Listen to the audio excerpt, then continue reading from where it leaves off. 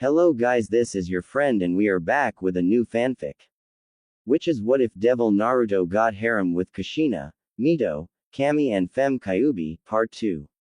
And if you enjoy this fanfic then please press the like button and subscribe to my channel for more fanfic like this and comment for next part. And now let's start the fanfic. Big, meanie. No, I'm not. This made a male Inu Yukaya look up with hopeful eyes as his tail wagged back and forth excitingly. Then are you gonna take care of him? I mean, beat him up and take him away from here. He's caused us so much pain. Which Naruto just looked at the little child before turning his head back in its original direction. That is correct. Before he walked away, his slaves following in behind him. He never saw the wide and hopeful eyes of all the Inu demons along with those that heard the conversation. With Naruto, he had only been a few minutes until they got to their designated spot. It was a pub basically where he and his slaves could already feel the Yukai within, so with a slight knock, the door was slammed off its hinges and into the wall, silencing all the actions that just went on in the pub. All eyes were on Naruto with Kushina and Mito behind him looking upon the wide-eyed demons in cold indifference. Naruto took a step forward and spoke. Now, which one of you is named Garrosh? He said, and just as quickly as those words left his mouth, all pointed at a demon that just ran out the door. Twitching, Naruto sighed, rubbing his temples. Pathetic fool, he said before all three vanished like the wind. Only to appear in front of a demon that halted right in its steps. Its big hulking body froze in midstep. Its red eyes wide in terror as Naruto appeared in front of him with a sinister look in his purple eyes. They were all on the streets of the Helma with villagers alike looking upon the scene with fear of what was gonna happen.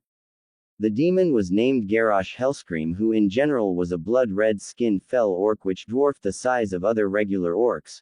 This was another demon titan that was known for his brute strength and abilities to rupture and upheave the very ground of hell, earning him a fierce reputation as a demonic killing machine.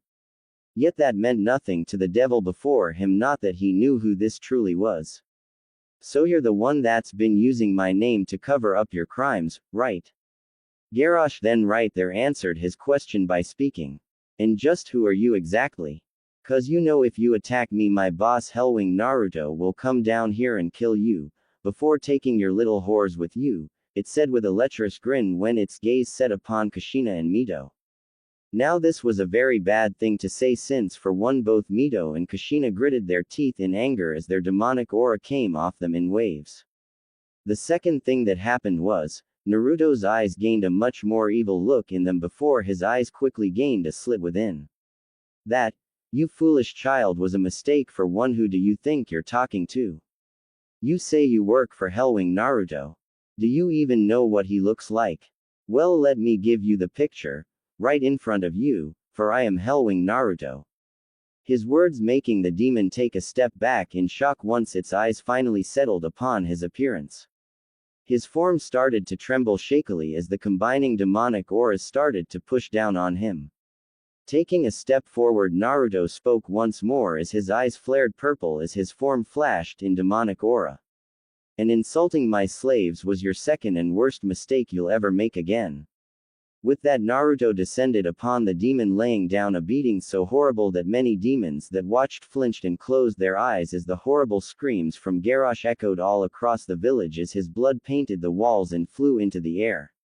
Crushing his tusks and jamming one through his chest, he sent the orc through several buildings before sending him into the ground, causing it to crater beneath the behemoth of an orc.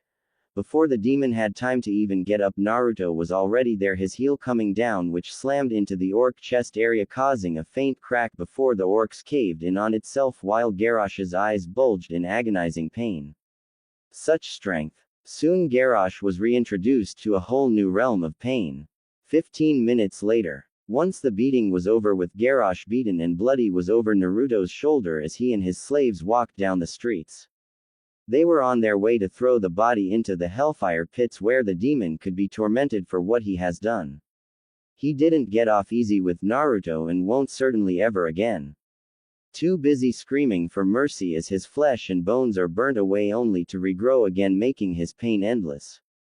As they walked though, Naruto kept giving small glances at Kushina since he had been seeing her act weird lately, strange actually since she was usually a ball of energy most of the time. That's when he heard something. The mister did it. He beat the big meanie. Was the voice Naruto knew too well. Looking to his right he saw the family of 5 Inu demons looking at him in either gratefulness from the parents or the awe looks from the children. That's when the youngest, a little female-looking Inu, ran over to him, her big black eyes wide in awe. She reached his leg and looked up at him with a smile on her face.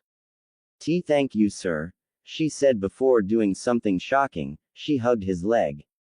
This made Naruto freeze up while Mito and Kushina looked worried at what would happen next. Their master, if anything, was cruel even to children sometimes, and his bloodlust from the little battle might not had been sated.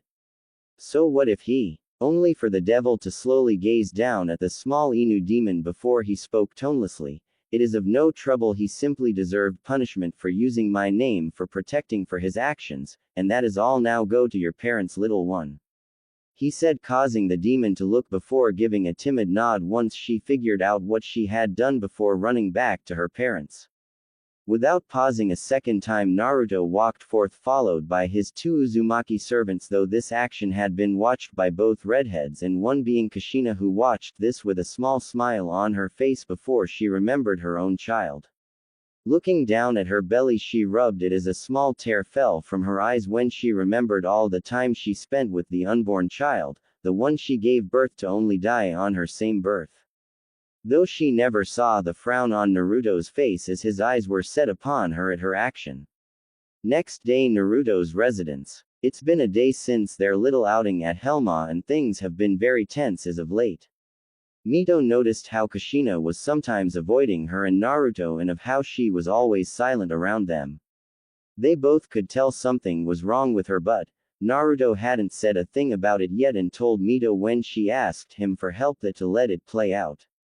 For now. That is until night came. Did something happen? Tossing and turning in her bed, Kushina gripped her sheets as she whimpered ever so softly. Tears started to form in her clenched eyes as her lip trembled and quivered as the nightmares within her mind kept haunting her every second. Naruki-chan, no. Kushina screamed as she watched her unborn child be completely vaporized by the flowing yukai from Kyuubi. Grasping her head with both hands, she shook her head only to see another scene of her one-day-old daughter. Her bright blue eyes glaze over as the chakra of the Kyuubi became too much for her, and soon to Kushina's utmost horror, Naruki's little eyes were soon devoid of any life. No. No. No.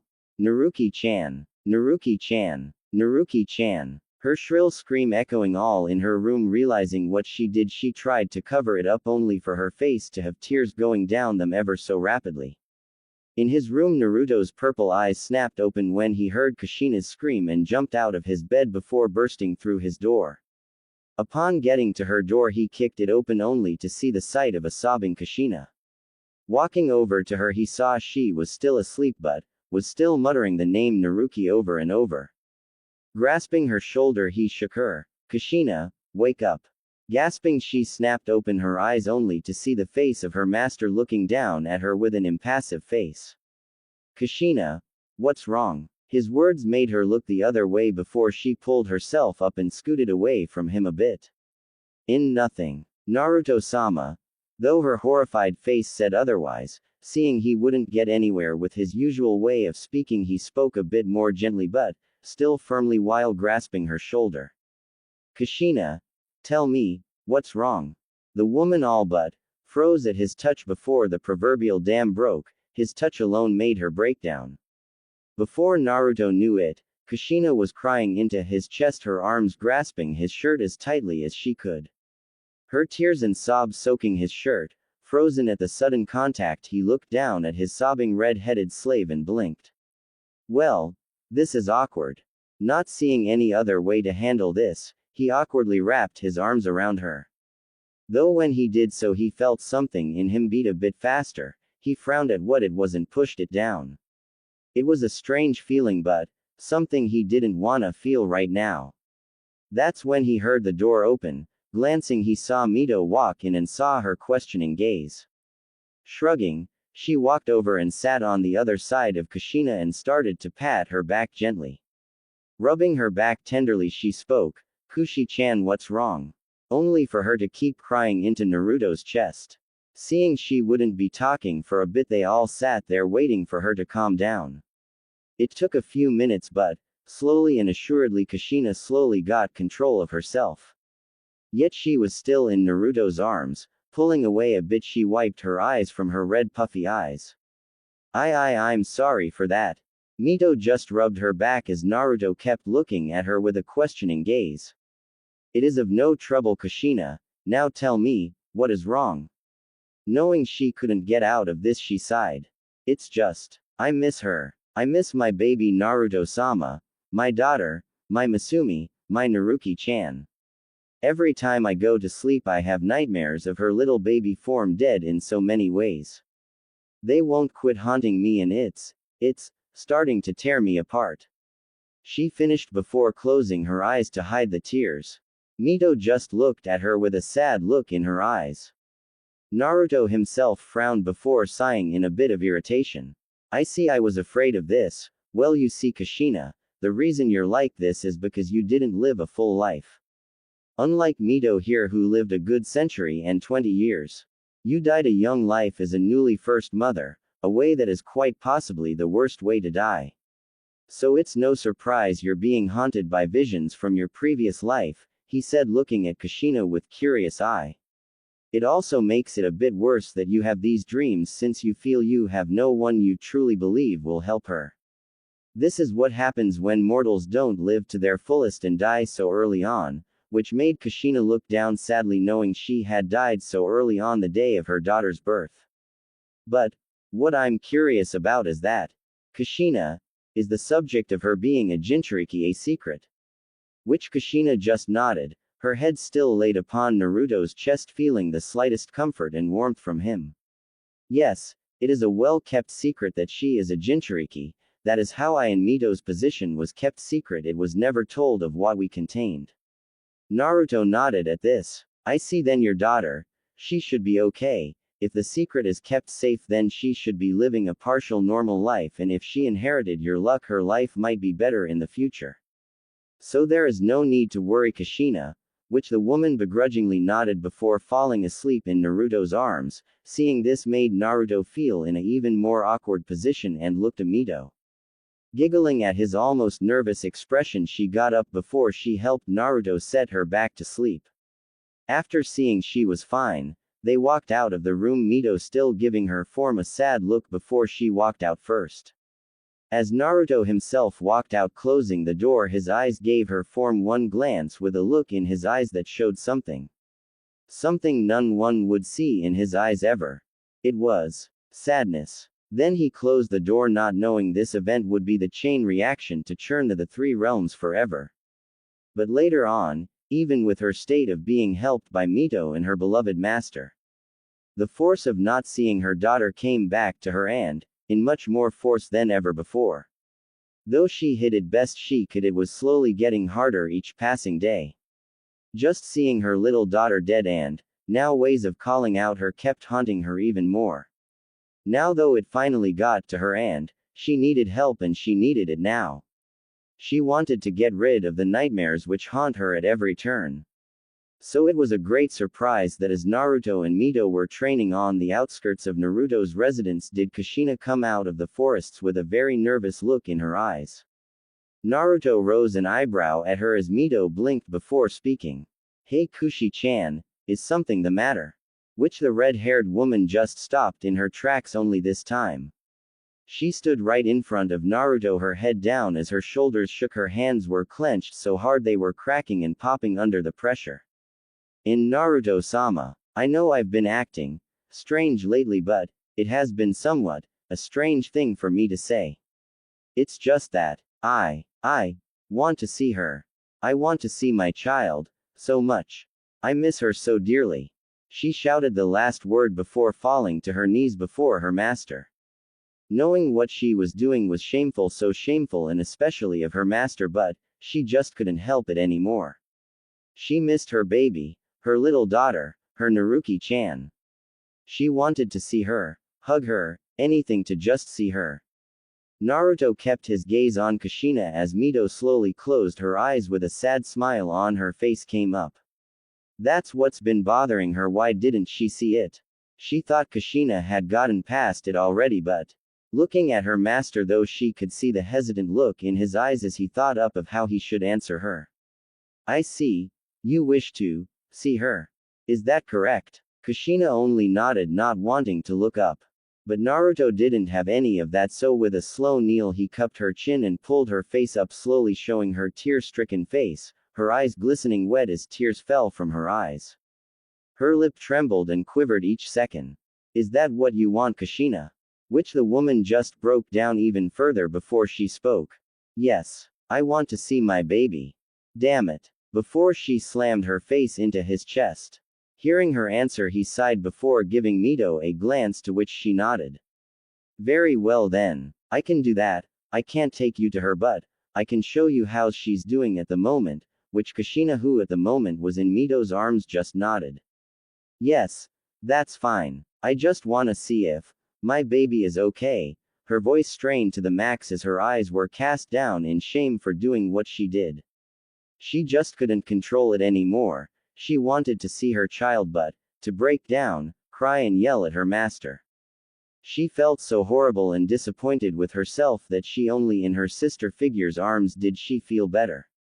I see. Understandable. I was actually predicting you would ask this, but I just waited for you ask. Anyway, here we go. With that, Naruto mumbled a few words before speaking. Akuma no Yona Magiku. Hyoji Mira, Demon Magic, Viewing Mirror. With that, Naruto opened up a big-sized mirror which viewed the life of the one he wanted to know. He predicted many things when it showed Kushina's daughter. He predicted her living a somewhat normal life, a life where she was protected even. He was dead wrong. For when he opened the mirror, hell would forever be shaken to its core. Ah, stop it. Leave me alone, was the female childlike cries of the little blonde red-haired girl in the mirror. Her pleas for mercy unheard as the people attacking her didn't stop. The girl was at the age of 5 and had long golden with red streaked hair. She wore nothing but rags and had 3 whisker marks on each sides of her face. Her eyes were that of the purest blue. It was like staring into an ocean. Though her body looked malnourished beyond possibility, wounds and injuries could be seen among other things. Her face itself was bleeding as tears freely roamed down her pudgy face. No. Demon scum. You'll pay for you've done. Feel the pain from your betters. Shouted a drunk shinobi as civilian and shinobi alike beat and abused the little child. Beer bottles, weapons, kunai, senbon, shuriken and worst of all katanas. The 3 all watched this in emotions going throughout their bodies. Mito was trembling in anger, sadness and most of all hate. Her form trembled and shook as tears fell from her furious eyes as her shoulders and arms shook with each passing hit that was upon the little child. Kushina herself was more on the verge of a breakdown. Her face was formed into the shape of horror and anger mixed in. Her eyes were glistening in anger yet terror for the child. Her arms were wrapped around herself as she watched the scene of the little girl, her own daughter, be tortured. Her daughter's pleas for mercy rang through her ears clear as day. She felt so horrible she wasn't there to help her, keep her safe like a mother should, and tell her it was okay. By Kami. I'm the worst mother. Naruto himself though was acting strange. His eyes were full on the scene with a strange look in his eyes as his right hand trembled and twitched every so often. His mouth twitched a bit like he was about to growl or snarl something bad. He slowly, ever so slowly, raised his right hand and looked between it and the child in the mirror. Kushina, isn't the secret of being a Jinchuriki supposed to be kept secret? Which he got his answer from Kushina when she all but nodded. Then, what the hell am I seeing? His words so cold that it made the 2 involuntarily shiver. With that he looked at his right hand once more. The hand that touched Kushina's swollen, pregnant belly. The same one that felt the many excited kicks from the unborn child. The same one that rubbed and played the little touch and kick game the child acted. He looked upon the child once more to see her tears pouring from her eyes, her pleas of mercy, her cries of pain, her yells of anguish. With that, Naruto's right hand quickly clenched as he looked up at the red sky of hell and spoke. Do you see it now, Kami? Are you that blind or ignorant of your creations? Your precious mortals, look at what they are doing to their savior. They are torturing her, a child, an innocent soul with not a touch of sin in her body. If you won't do something about this, he said as his eyes glowed purple as the ground beneath his cracked and shook. Kushina and Mito looked upon him in confusion as his Yukai energy was rising. And fast. Somebody, help me, please, was the final pleas from Naruki. The choked back sobs of Mito, the cries and mutters of Kushina finally set him off. Like a damn bomb. His eyes then gained an even more sinister glow before his mouth formed into a demonic snarl as his body just flashed with his rising energies. Then I will. For those pathetic fools do not deserve such a gift. Within Naruto broke. An ancient feeling of power rose up into Naruto. His eyes glowed and flashed purple, showing no sign of pupils before the thin sign of a demonic slit for a pupil formed in his eyes. His body erupted in just pure black Yukai with purple streaks here and there, his body hidden from sight and those of his two worried slaves. All across hell, many could feel the massive Yukai energy build up, for it was just too gigantic to ignore. The sudden explosion of pure black and purple streaked Yukai which erupted into the skies of hell itself could be seen by all of hell. The massive ball of Yukai which got bigger and bigger by each second made a few so uneasy they would lose control of their bladders or just die from the sudden expulsion of such Yukai. The ground shook, the mountains trembled and crumbled, the sea of blood itself boiled, the sky itself looked as if it was about to shatter all on them. That's when all that Yukai, all that power that was just so unimaginable just condensed, making the ball of energy shrink further and further as the wild and chaotic demonic energy now did something even more terrifying. It got stronger, passing the demonic titans themselves in power. It towered over all in hell, making many just feel like an insect in comparison. That's when many saw it. A giant shadow loomed all over hell, the source of it being exactly where the explosion occurred. Only when its form shifted and showed its true appearance did many freeze in petrifying terror. For in front of them all was a crimson-eyed apparition, it being passing the red sky itself looming over hell. It could be seen that the apparition was demonic in nature. No, demonic isn't the right word. What is the right word is hellish, nightmaringly terrifying. It had a maw filled with glowing purple giant razor-sharp teeth which seemed to look as if it could tear through the hardest of divine metal. Curved horns stuck out of its head going past its forehead in a curved pattern. The wings of this thing were massive. They all but overshadowed hell, the sea of blood, even the mountains themselves. But the eyes, oh Kami, the eyes, it was like staring into the eyes of a wrathful god. The avatar of death looked to be just within those very eyes. They glowed crimson yet was so full of bloodlust and vengeance that it made many want to actually pray to Kami herself for forgiveness. Deep within a castle, Lucifer himself sensed the very powerful, even godlike energy explosion. Looking out, he saw the one thing that made him scowl. "This is your doing, isn't Hellwing?" he said, spitting out the name like it was pure venom. That's when he heard the sound of someone walking from behind him. So this is Naruto's power. Lucifer, you never told me he was this powerful, was the seductive voice of Lilith. Her purple-skinned body imperfect is her seductive smile that could make any mortal man just bow before her. Her eyes glistened in excitement yet curiosity as her set upon the apparition that which loomed over the castle itself. Grunting, Lucifer spoke. "He's been hiding this from me all this time. All our battles, all our fights. He's held back against me. How dare he?" he yelled as his own demonic energy blasted from him. Lilith herself just stayed where she was as her eyes danced with amusement at Lucifer's outrage. Though her eyes did shift once more to the apparition and she licked her lips as her body trembled and shivered in excitement. I wonder how our first meeting will be. Hellwing. Explosion site. Kushina and Mito both looked on at the apparition that appeared in the sky with something akin to fear yet amazement as they beheld the sight before them. The power, it was so amazing it rose up above the demon titans and they were pretty sure by now was up to par with the deities. Though that's when the apparition started to shrink. It condensed smaller and smaller until it got all the way down into the crater. The crater itself looked as if you could place the sea of blood itself within.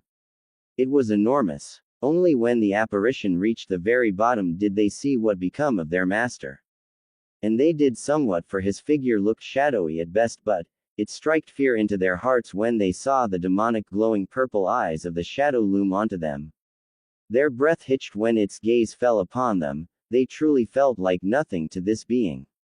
This power was so monstrous. That's when the shadow itself sinked into Naruto's body, showing their master in all his glory, but the wrathful look in his eyes and the power behind them and coming off his body showed something happened within him.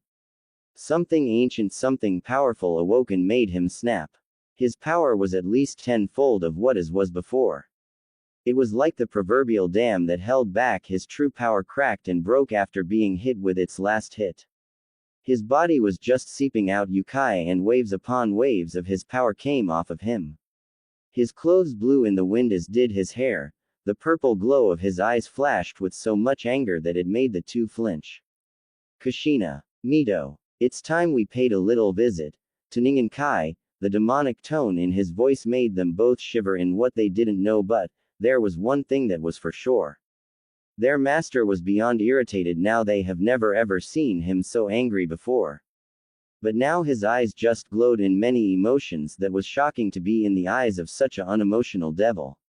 There was many emotions they saw: anger, hate, vengeance, but the noticeable of all was wrath, pure wrathful fury that of any could bring forth. But when they remembered the words he spoke, they stood up still, a bit shaken at the state of their master, and jumped to his side. "Why, yes, Naruto-sama," they uttered stiffly, nodding. Naruto just snapped his fingers before a crimson demonic circle appeared below them. The demonic language too difficult for either of them to even comprehend, and right then they were enveloped from below by a reddish glow as the flames of hellfire erupted around them.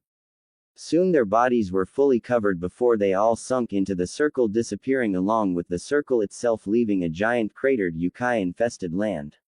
Ningenkai Konohagakure no Sato. Running on the streets on Konoha on her small legs was Naruki, her fear-stricken face with tears running down her eyes. Mobs upon mobs of civilian and shinobi alike chasing her down with insane grins upon their face with a murderous look in their eyes. Many wielded weapons of all kinds, many were just in pure glee at being able to hurt the demon. Running around a corner she slowed her pace to catch her breath. Blood fell from her arms and legs as tears fell on the cement ground. Why? Why her? Why was she the one bearing this kind of injustice? It was so painful. Not having any parents to keep her safe, protected, being alone as she was with her only friend being the voice inside her head. Why? What have I done? Why? Her childish voice strained from all the painful screaming she's done, from the beatings she's gotten from the people of the village she lived in. Hey, I found the demon. This way. Her eyes widened in terror before looking back to see the running mob, and right then turned around and ran as fast as she could, hoping and praying she could get away with not getting injured badly this time. Unluckily fate wasn't on her side, for when she ran into the main street of Konoha was her eyes snapping open in horror. For all around her was the many mobs of armed civilians and shinobi alike, all wearing that same sick grin. Looking back, hoping for an escape, she saw to her fading hope that the mob chasing her had surrounded her as well. Quivering a bit, she did the only thing she could do, or of what she only knew what to do. And that was to get on the ground and huddle, hoping the beating would end. Tears fell from her eyes when she heard the many advancing footsteps of the giant mob and their plans to make her scream. Huddling even more, she whimpered, "Someone, anyone, help me, please." Her prayer in some way was answered when she heard the many gasps from the mob, and after a while, not feeling any pain, she opened her eyes slightly to see something amazing before her, for below her was the slight reddish glow of something she couldn't identify. Akemi within her mind suddenly gasped. My Kami-sama, this is a teleportation circle. Used by only those of the strongest of demons. Akemi ne-chan. Akemi didn't get to answer her for the shouts of outrage from the populace rang in her ears. The demon. It's doing something, quick, kill it. Hurry. And the shinobi did, or at least tried to, only for them to the growing horror of many. Upon getting within an inch inside the faintly glowing red circle, did their bodies suddenly combust in strangely colored flames as their screams erupted from their mouths, echoing all around Konoha. Their flesh melted as did their eyes. Their bones turned to nothing but dust and ash. Wow! Was Naruki's amazed thought as she watched her attacker only be killed before her eyes in the most in her eyes breathtaking way possible. What none saw though was that the sky itself was turned blood red in color as black lightning started to dance across the sky. The reddish circle around Naruki glowed even more before it started to show strange runes and language none could even hope to decipher. What's happening? Was the words of a terrified civilian. He never got his answer since the sound of static could be heard before. To all of their horror and Naruki's growing amazement did the ground start to tremble and shake like a coming earthquake, making many buildings fall and crumble and civilians all but fall deep within the cracks made by the shaking.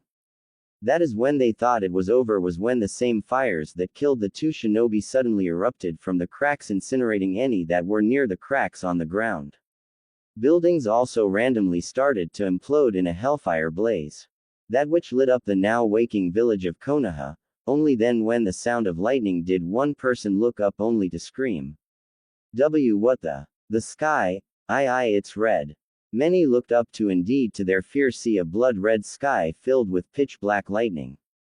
Naruki looked at the sky in awe before she heard something from behind her. Slowly looking behind, she saw something which looked like that strange fire start to rise. That's when, to the awe of Naruki and Akemi's tense silence, did these three sparks of hellfire suddenly open up before the sounds of many upon many bats filled the air, getting the attention of the crowd. Following the bats that circled where they came out of in a column, did a red light come out of all three fire holes. That's when, to the horror and fear of the crowd, did the one thing none expected to come out. It was humanoid shapes, of what seemed to be humans, that which were covered in bats from head to toe. The taller of the two, only a foot away from Naruki, when they all came out completely, did the bat skin crack with crimson lines which glowed faintly. The cracks got more frequent before suddenly the crowd was blown back into the air and yards away from where they stood. Only strangely enough, Naruki was still where she was, her eyes wide and filled with awe and wonder at what she was seeing. For she was seeing two of the most prettiest ladies she's ever saw. Their red hair looked so soft and silky she wanted to touch it. The one though with longer red hair was strangely smiling at her. No way. If they're here, then that means. Naruki heard her but turned her gaze at the last person that stood right in front of her. His imposing statue made her shiver. His glowing purple eyes were looking all on Konoha, making her just think Konoha would just implode by his gaze alone. She wondered though who these people were and if they were also gonna hurt her. The thought made her tremble. Naruto himself, after looking around Konoha in just pure distaste, did give a glance down at Naruki, making her break into a shaking mess. When he saw the wounds and blood on her body, made him clench his fist tighter before he looked up at all the squirming humans before him.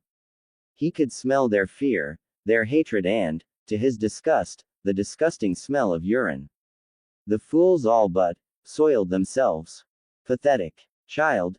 His words echoing all around the area, Naruki hesitantly looked up at him, seeing his imposing figure. Why yes, sir. Naruto just walked past her and spoke. Go to your mother, you two have been separated long enough and your reunion has been long overdue. His words made her go wide-eyed before he looked back to see Kushina smiling at her. Tears were falling from her eyes, as were Naruki's. Keika-san. Her voice in nothing more than a quiver of hope, hoping what she was seeing was true and not one of her many dreams and not a false reality. Kushina smiled warmly at Naruki before she crouched down and spread out her arms. Naruki-chan, come here. That's all the little girl needed before she ran to Kushina and practically jumped into her arms before bursting into tears. Ka-san, you're here. She could tell even if she never met her mother before that this woman was her mother, she could feel it deep within her. This pretty woman was her mother. Kushina just let a lone tear fall from her eye as she held Naruki in her arms. Mito kneeled beside her and smiled at the family reunion. That is until she and Naruto heard the humans getting their bearings once more. WW, who are you? And why are you helping that demon? Shouted a shinobi. Mito just glared immortal before Naruto himself just gave the man a glance before speaking. I do not speak with the likes of your kind, now die like the pathetic filthy mortal you are. With that, Naruto pointed his hand outward at the mob of shinobi and civilian alike and spoke. Kushina, stay with her. Mito, stay with them. Who knows when heaven's forces will be here, as darkness started to shroud his stretched out arm. Sensing he wouldn't take a no like she would give him a no anyways, nodded and stayed by Kushina and Naruki's side. Besides, she could feel that Naruto wanted to release some pent-up anger. It was always such a good show when her master always kills. Good then. Now, let the slaughter begin. With that, he gave a glance at the terrified mob and snarled. Die. Bakuhatsu no Yami no Bakuden, exploding darkness bomb. With that, the event which would be counted in history as the most bloodiest of massacres commenced. A orb of darkness shot from Naruto's hand and right at the mob of humans, shinobi and civilian alike. Clan members or council members. All were obliterated in a monstrous wave of pure darkness. The wave consumed all in its path, taking multiple buildings along with part of its walls. The blast was so enormous it gained the attention of every shinobi in Konoha, which all raced to where it came from. Naruki, though, watched with what she dubbed Naruto as the scary man, did and was in a state of awe. Kushina just smiled and held her daughter closer when she saw her eyes at the scene of what Naruto had just done. For before Naruto's outstretched hand was a mob of civilians was nothing more than ash. A giant trench of the explosion's size showed stretching on for miles to miles on end. Spitting on the ground, Naruto's face contorted into plain disgust before he just turned around and spoke. Quit your hiding and come on out, you pathetic ninja. So with that, all around Naruto did multiple shadows of shinobi pop out, many Junin and Anbu. The numbers were quite many, but to him, it wasn't even a warm-up. Taking a step forward, he spoke as his demonic aura flared from all around him, cracking the ground and shattering the building walls around him.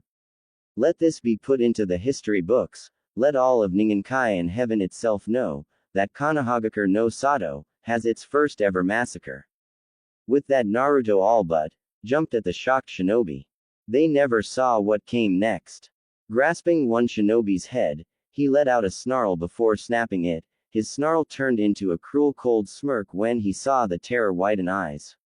He looked at the charging shinobi and grunted. Twisting the head even more, he ripped it off, spraying blood like a fountain all over the approaching shinobi before he planted the disembodied head into a sneaking from behind him shinobi into the face, shattering his mask, and practically with just force alone fused the head into the other's cracking and shattering skulls. Spinning around, slammed his foot into the ground before cracks came from the ground and, to many of their horror, hellfire suddenly shot up, incinerating them along with buildings around them. Pointing his right hand out in a strange position, he spoke. Haru. Taiden no Kobushi, hellfire. Titan's fist, and to the horror of many, a giant hellfire Titan-sized fist formed over Konoha's civilian district. It being the size of Kyuubi herself. Once it touched the ground, half of Konoha's village was destroyed by a massive explosion of hellfire. The ball of flame evaporated and destroyed all it touched. None were spared, children, civilian or shinobi.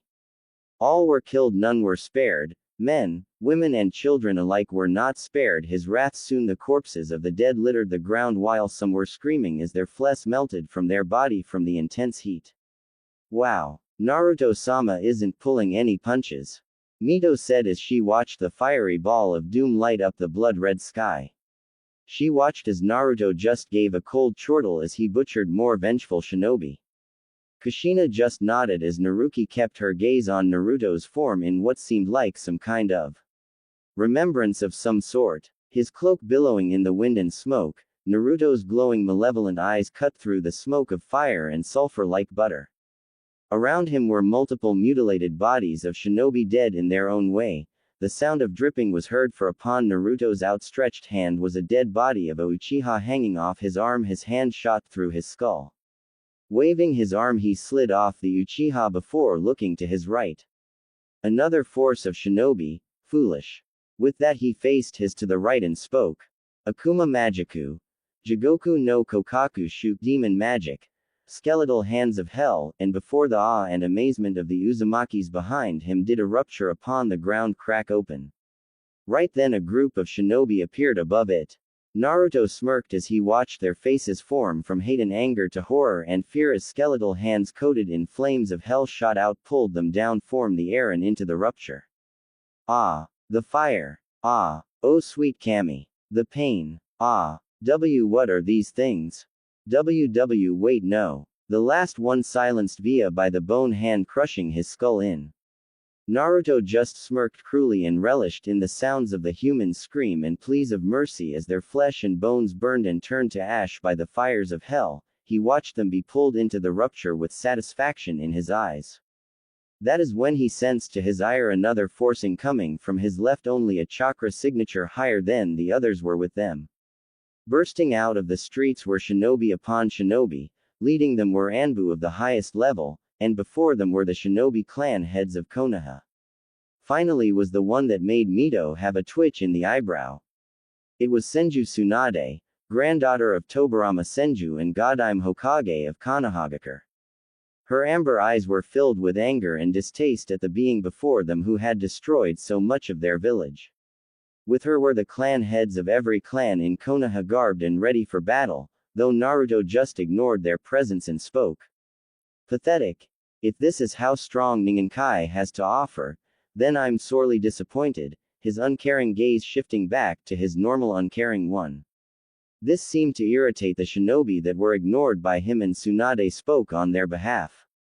Who are you? And why have you done this?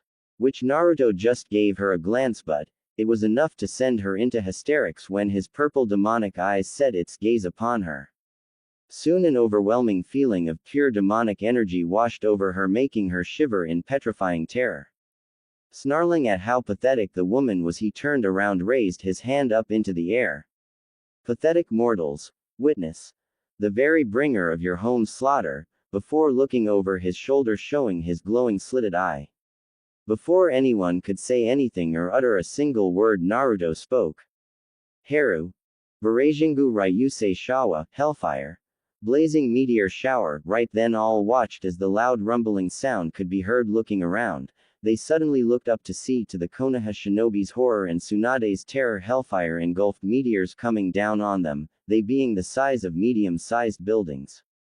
Grinning at their terror, he walked back to Mito and Kushina as Naruki was still being held in Kushina's arms, but her eyes were glued upon the sky in pure awe.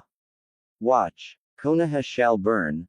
Let this be a sign, for all of Ningenkai. His demonic words made Naruki snap out of her stupor and look up at Naruto's form, but when she did, she never felt a pang of hurt come to her head before a flash blinded her vision. What she saw was Naruto kneeling over Kushina, his hand rubbing over her stomach, his purple eyes shined in a somewhat amused light. She looked upon him, memorizing his eyes and face before the light dissipated, before showing she was back where she was before, in the arms of her revealed mother. When she looked back up at Naruto, who at the moment was watching in great pleasure of the mortals before him scream and yell in fear. Mito walked up beside him and spoke with her eyes glaring at Tsunade. Naruto-sama, allow me to handle these fools. He just gave her a glance and nodded before disappeared in nothing but a blur. Appearing in front of the shinobi, she slammed her foot into the ground, shaking the area while making a few shinobi stumble, but it did get the attention of all of them. Though when they saw her, many went gobsmacked, or in Tsunade's case into complete shock. Mito-sama. Her voice showing shock yet awe for seeing the legendary woman herself. Mito just cast a glance to Tsunade before sneering. Don't. Mito-sama, me Senju. I can already guess what you've done Tsunade as your time as Hokage, and to do such things to Naruki, you're as low as your pathetic family. Her words full of venom since she could tell that Tsunade had done something to reveal Naruki was the Jinchuriki of the Kyuubi no Kitsune. Which led to her being abused and hated. Tsunade flinched at her words and tried to speak only to be silenced via Mito appearing in front of her, with her being held in the air by Mito's hand wrapped around her neck in a steel-like grip. Her feet dangled off the ground as she tried to desperately lessen the grip. Only for Mito to grip tighter. Now, Senju, watch masters work on your pitiful village, watch as your foolish family's creation is reduced to nothing more than a smoldering crater. With that she turned Tsunade in the direction of the blazing meteors and made her watch in horror as the flaming rocks came upon impact with the ground. Boom. Konoha lit up like a Christmas tree as multiple spheres of hellfire sprouted. All in Konoha destroyed it and killing all in its wake. Screams could be heard as civilians and shinobi alike ran around, their bodies lit on fire, with them too falling on the ground leaving nothing behind but ash. Buildings were nothing but dust in the wind, leaving nothing but smoldering dirt. Ash, dust and smoke blew in the wind as the echoes of screams and yells of humans rang through Konoha, as well as the cries of children. Tsunade watched it all as tears fell from her eyes before Mito uncaringly threw her into a building, with it collapsing all on her. With that done, she spat on the ground before turning to her master and walked to his location. The shinobi that watched the scene just saw red and charged in blind fury. Only to make their last mistake. Fools! Akuma Magiku, Saoryu Shase Doroganzu, demon magic, soul-eating dragons, and to the horror of the shinobi a dark circle appeared behind Mito, and in a blink, multiple black dragons shot out with their maws wide open. Too late to react, their mouths flew open in a silent scream as the dragons shot onto them. Never breaking stride, she walked over to the others and bowed her head at Naruto, which he just nodded before she got Kushina's side once more. Naruto himself looked around, seeing no others coming for them, then suddenly he looked up in the sky and frowned. So they send him? Quite desperate they are. They heard his words and looked at him questioningly before they saw him looking up. Doing the same thing, Naruki gasped, as did Kushina and Mito. For a bright hole opened up, splitting up the crimson sky before a figure could be seen floating down. Naruto just frowned when he was confirmed of who it was. When it was clear to see who it was a man. He was tall, around the 6 feet 5 stature, but everything else was cloaked under a massive black cloak, with ripped ends at the end. His face as well was covered with only his glowing white eyes shone with themselves showing boredom. But the real eye-catcher was the angelic wings upon his back. They were spread out in a 15-foot span, with them being a dull gray in color. Finally was the giant Zanbato strapped to his back.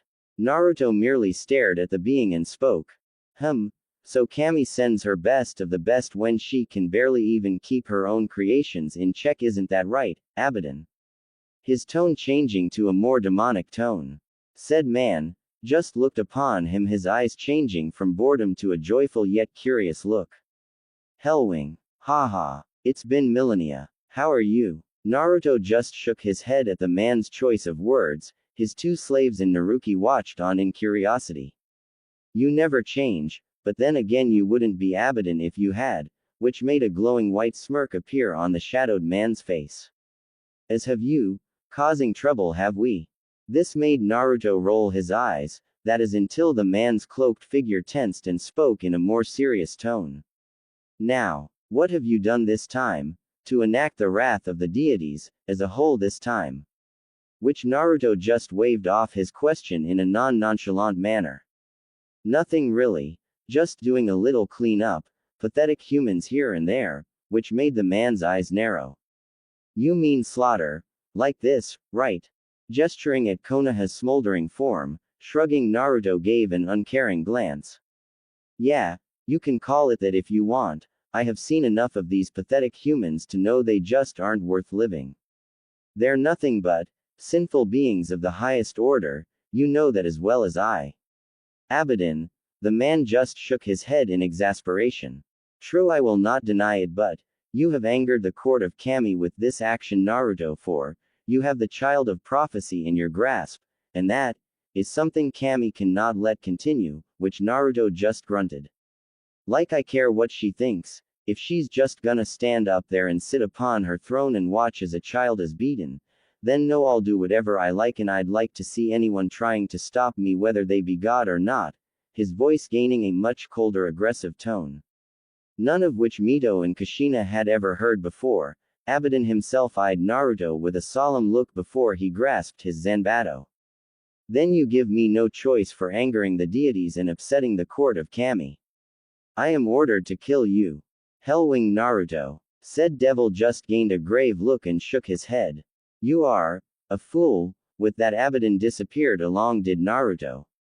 Then, it was like a deadly silence filled the area, and before anyone could utter a word, clang! Naruto and Abaddon appeared in the air with the Zanbato being blocked by Naruto's Nodaichi. They disappeared once more in godly speeds before they appeared once more on the ground, another resulting clash uprooting trees before setting them ablaze. Leaning to the left, Naruto dodged a swipe before giving Abaddon a quick slash across his chest, giving a long gash on his cloak. Said angel just grunted, but before he could retaliate, Naruto was on him even more with much more aggression he thought possible. Moving to the right, he dodged a stab before he felt pain in his stomach. Looking down, he saw Naruto's fist embedded into his stomach. You've gotten slow. With those words, Naruto pulled his fist back, making Abaddon hold his stomach in pain, and before the angel could gain his breath, Naruto brought his Nodaichi out and crouched with his weapon being held in a firm grip. Seeing what Naruto was about to do, Abaddon cursed.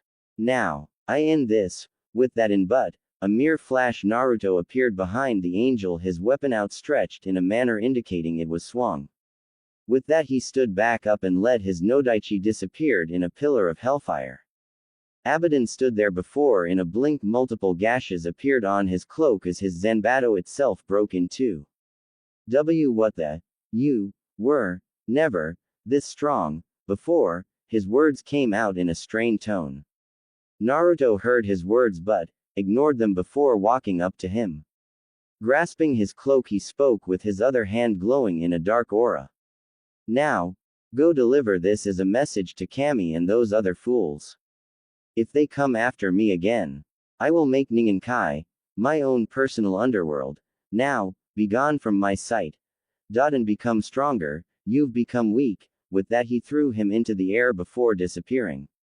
Before reappearing in front of Abaddon's suspended body spinning around, he delivered a bone-breaking kick to his ribs. Hearing an audible crack and grunt of pain from him, the angel was sent flying through the air and into the high no Kuni forests, passing through trees at speeds none could possibly comprehend.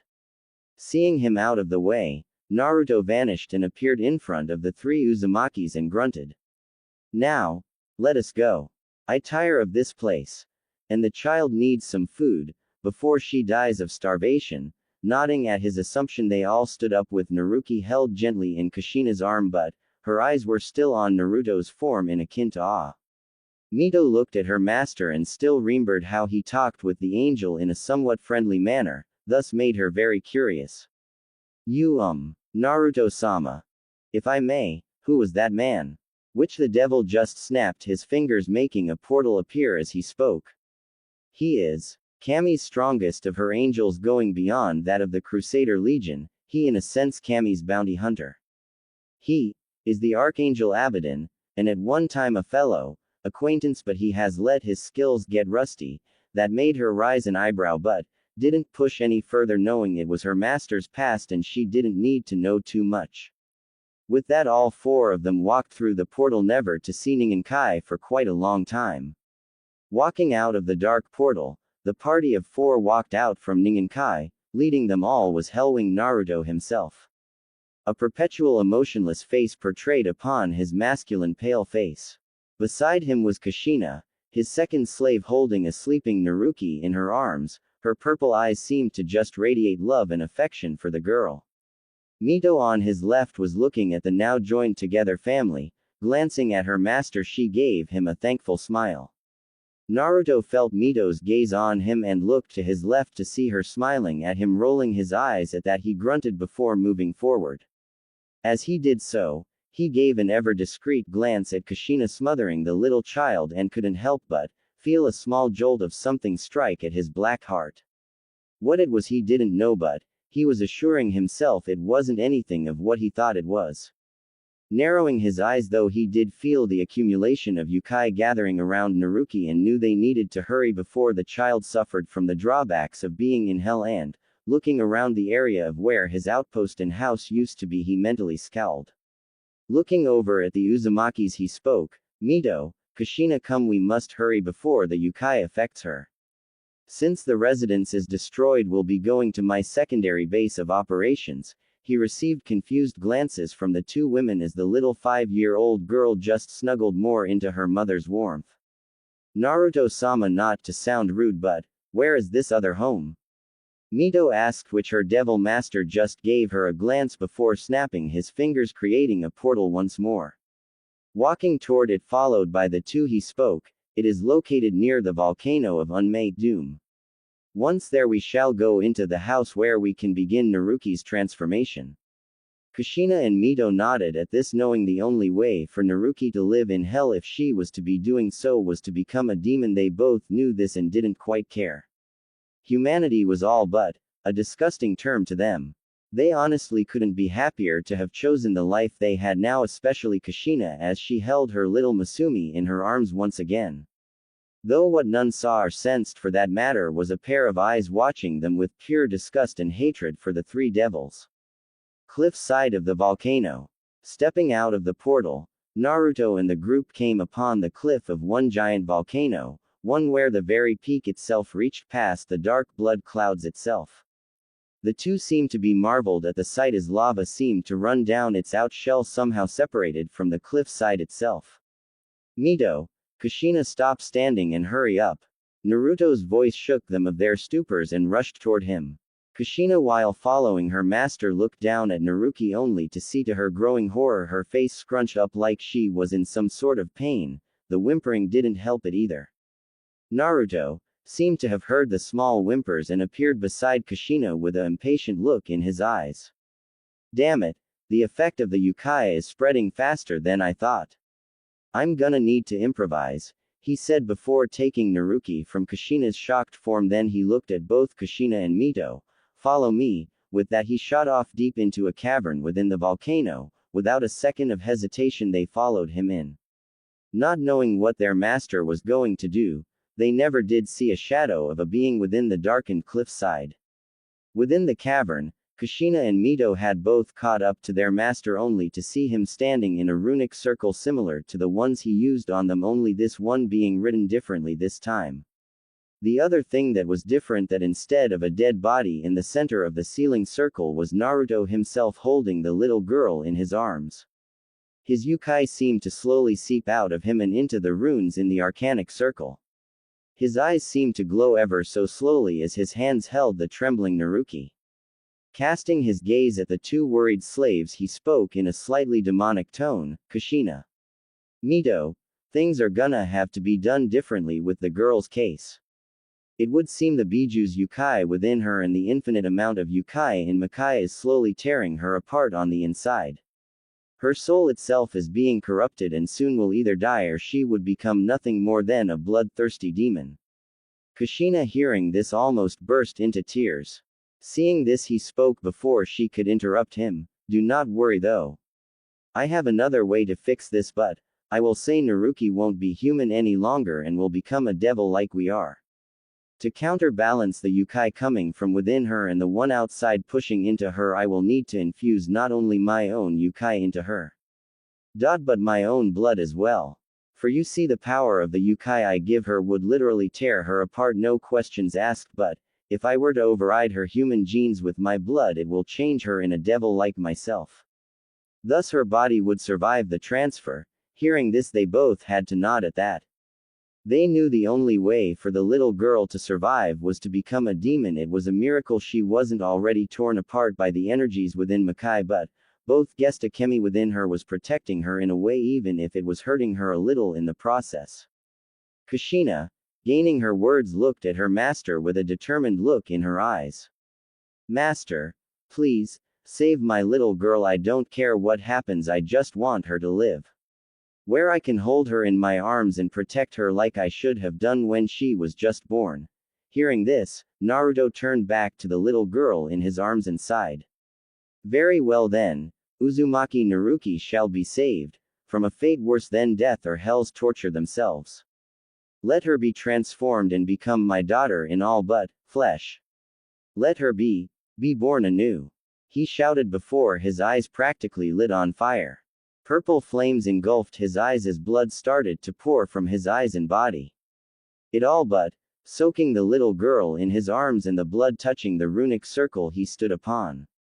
Looking down at the girl, he set her down in the puddle of blood before he kneeled down at her side and spoke a spell that he had yet to ever and thought he would never use. Akuma Magiku. Akuma no Kai Tenso, demon magic, demonic blood transfer, and with that he placed both his hands on the puddle of his blood. He watched as did Kushina and Mito as blood-red runes appeared in the blood before it stretched toward the shivering body of Naruki.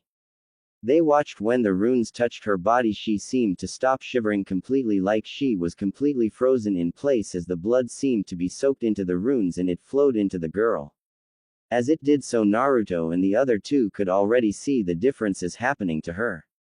Her hair seemed to have changed a bit, the red streaks seemed to have grown and the main blonde hair replaced by the red hair. Now her hair resembled Kushina but golden streaks laid within. Her skin that was the same tone as Kushina's seemed to have gotten a bit paler like Naruto's own. The whisker marks on her face seemed to fade a bit but still there, and face seemed to lose some of its tomato-shaped look but still some there, only a bit less baby fat. As the blood finished going into the frozen form of the changed Naruki, Naruto sighed before he placed his hand upon the girl's head and spoke once more. Now for the last part. To have her actually survive in Makai, she will need not only my blood but some of my devil power to awaken her own devil blood. So when this is finished, she should be just fine. The two nodded and watched with bated breath as they watched their master practically save Kushina's daughter from death and bring her to a new life they knew she would love than the one she had before. Channeling his devil power while condensing it into a much weaker version as to not kill the child due to overpower, he channeled it through his body and to his hands before he spoke. Akuma Magiku, Akuma no Pawa Tenso, Kakusei, demon magic, demonic power transfer, awakening. With that his hands bursts into purple flames before they traveled to Naruki, engulfing her body. Though the flames didn't harm her, more like it was welcoming her, covering her up like a warm blanket. Plus the comfort showing on the girl's face showed exactly how much she felt comforted at the flames engulfing her body. But soon, they like the blood slipped into her body, most assuredly into her new demonic genes to awaken her devil blood. It seemed to work when her body soon let out a small shockwave, creating a small crater where she laid. Yet it didn't disturb Naruto or the other two Uzumakis in the slightest, though Naruto did raise an eyebrow at the power output she just released. That's interesting. Even if the power level she released was lower than most demons, it was enough. It was around the level of a low mid-class demon before going into the trained demon's Yukai levels. Most demon children never have such power at such an age. He was cut out of his thoughts when he heard a slight murmur under him. Looking down, he saw Naruki's face scrunching up before she slowly opened her eyes as only to close them while rubbing her tiny fists in her eyes to get them situated at the sudden little light she seen. Once she opened them again, Naruto did see to his slight surprise her eyes now looked more like Kushina than the azure they once were. They were a mix of his own eyes and Kushina's, a light violet instead of the deep violet Kushina had. Looking up, she saw the man that she had dubbed the scary man, looking down at her with an almost impassive face. Blinking rapidly, she spoke, "Aa Anyo, sir. Where am I? Aa, and where's KK Ka-san?" She spoke timidly yet with a fire in her tone. Naruto just kept staring at her as he listened to her question, that is before he spoke. It seems I've missed something. Oh, that's right. I need to pull that pest out of you to fully reach your demonic abilities. Naruki blinked confusingly at this while Kushina and Mito's eyes widened knowing what he meant at his words. Somehow sensing their distress like he always does, he spoke, not looking back at them. Do not worry, the girl shall not be harmed in any shape or form, though. I can't say the same for the kitsune within her, his words at the end carrying a slight edge. Nodding knowing she would be okay, Naruto placed a hand on her shoulder and spoke. Child, do not speak, move, for if you do you'll be in more pain than you could possibly imagine, understand? The girl, despite her young age, understood what he meant, sensing the seriousness in his voice, and nodded at him. Curiosity just blazing in her eyes. Seeing this, he nodded before placing his other hand onto her navel before his hand glowed bright purple before he spoke. Akuma no Magiku. Akuma no Chushutsu, demon magic. Demonic extraction. His hand soon blazed once again in purple flames, only now it shaped into a claw of some sort. He then suddenly plunged his hand through Naruki's stomach and into the seal. Though somehow Naruki didn't let out a small whimper of pain. Naruto's eyes were closed in small concentration as his spiritually blazed hand searched the depth of the divine fuinjutsu of Megami before he snapped them open and spoke, "There you are," and with a small flick of his wrist he pulled out his hand and flung his arm outward, sending a red blur away from himself and Naruki. Right then as he did so, a red-crimson flash erupted from Naruki's form, blinding Kushina and Mito, but Naruto just cast his gaze at her form. His eyebrow was raised ever so slightly at the development happening before his eyes. Naruki's body hadn't changed, but the new appendages did make him guess. For now a red-crimson fox tail waved past her backside as two crimson fluffy fox ears twitched above her head. Her whisker marks seemed to have deepened a bit, but not so much. Seeing she was fine, he waved his arm and the runic circle soon cracked before breaking away like glass before dissolving into the air in a black smoke. Okay, she should be fine, he said before his gaze shifted toward another occupant inside the cavern. His purple eyes crackling with anger at the sight before him. Kushina and Mito wasted no time and appeared beside the confused Naruki, and before the girl knew it she was pulled into a almost crushing hug by Kushina. She blinked rapidly as she was practically smothered by Kushina. Mito didn't help matters as she too was hugging them both in a great embrace. Seeing struggling futile, she snuggled in her mother's arms, letting a small purr as her ears twitched, as did her new tail. The two saw this and gave Naruto a questioning gaze, to which he grunted, "I'd say it's a side effect of being the Kyuubi's container. Unlike you two, Naruki became a devil differently, and just having the Kyuubi's yukai still in her even after the extraction, it fused with her genes, making her into a hybrid of a devil and a kitsune," he said with a nonchalant tone. Kushina accepted it without question before she nuzzled her face into her Masumi's hair. As the three Uzumakis stayed together, Naruto's gaze were now dead set upon the figure before him. "Now, what to do with you?" Hearing his words, Kushina and Mito and the slightly awakening Naruki would turn their gazes at him, only to see what he was talking to, and to their immense shock, it was Akemi. Her form was kneeling on the ground, her long crimson blood-red hair sprayed out upon her back and ground. Her crimson-slitted eyes showed exhaustion beyond measure as her milky skin looked more pale than usual. Her kimono scuffled a bit from the sudden extraction, but when her eyes soon landed upon Naruto's own purple ones, they soon swelled up in immense fear. Naruto shifting his body to her, he walked up to her with an impassive look on his face. Sensing something wrong, Naruki struggled out of Kushina's arms and ran toward Naruto. As the devil got to Akemi, he suddenly felt a sudden pull on his leg. Slowly looking down, he saw the worried face of the newly transformed Naruki. "Wait, sir. Please don't hurt her. She's my friend. She was my only friend I had, and I don't want to lose her. Please let her stay with us." Naruto just kept his impassive stare on the girl before he cast his gaze to Kushina, giving her a pointed gaze. Seeing this, she quickly went to him and kneeled to her daughter and slowly but gently wrapped her arms around her body and pulled her from her master's leg. Even as she clinged as best she could, Kushina wouldn't have it and pulled her daughter away. "No, Ka-san. Let me go, please. She's my fiend and I don't want her hurt." Naruki shouted, thrashing and yelling in her mother's arms. Kushina quickly walked to Mito before she stopped her daughter's thrashing by falling to her knees and hugging her daughter to her, completely letting her small muffled yells be silenced by her chest. When she started to calm down, she looked down at her daughter and gave a sad, tearful smile. Naruki-chan, can you be a big girl and listen to Ka-san for a moment? The girl slowly looked at her mother while stopped her thrashing completely, her eyes swelled up with inevitable tears, them being red and puffy. Giving a small kiss to her forehead, she spoke, "You see, Akemi-chan has done many bad things which have made Naruto-sama very displeased with her. Believe me, I know what you're feeling, for Akemi-chan was my friend also." Hearing this, the little hybrid snapped her gaze at her, tearing up Ka-san, her eyes widening at the realization before she blinked her eyes, trying to erase the tears. She was. Kushina just smiled before nodding. Looking in her daughter's eyes, she spoke, "Yes, she was. In fact, Akemi-chan was my friend just like she was to you. During my time growing up, she was always there for me when no one else was.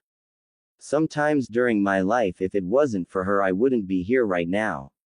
Heck, when she found out about me having you, she was completely ecstatic and was wanting to always meet you." Naruki looked at Kushina, shocked at what she said, and couldn't help for a wide smile to cross her face. That is before the situation come back down on her, but Kushina saw this and continued, "But that's a story for another time. You see, Naruki-chan, there are just some things Akemi-chan has done that must be redeemed in any way that can be done.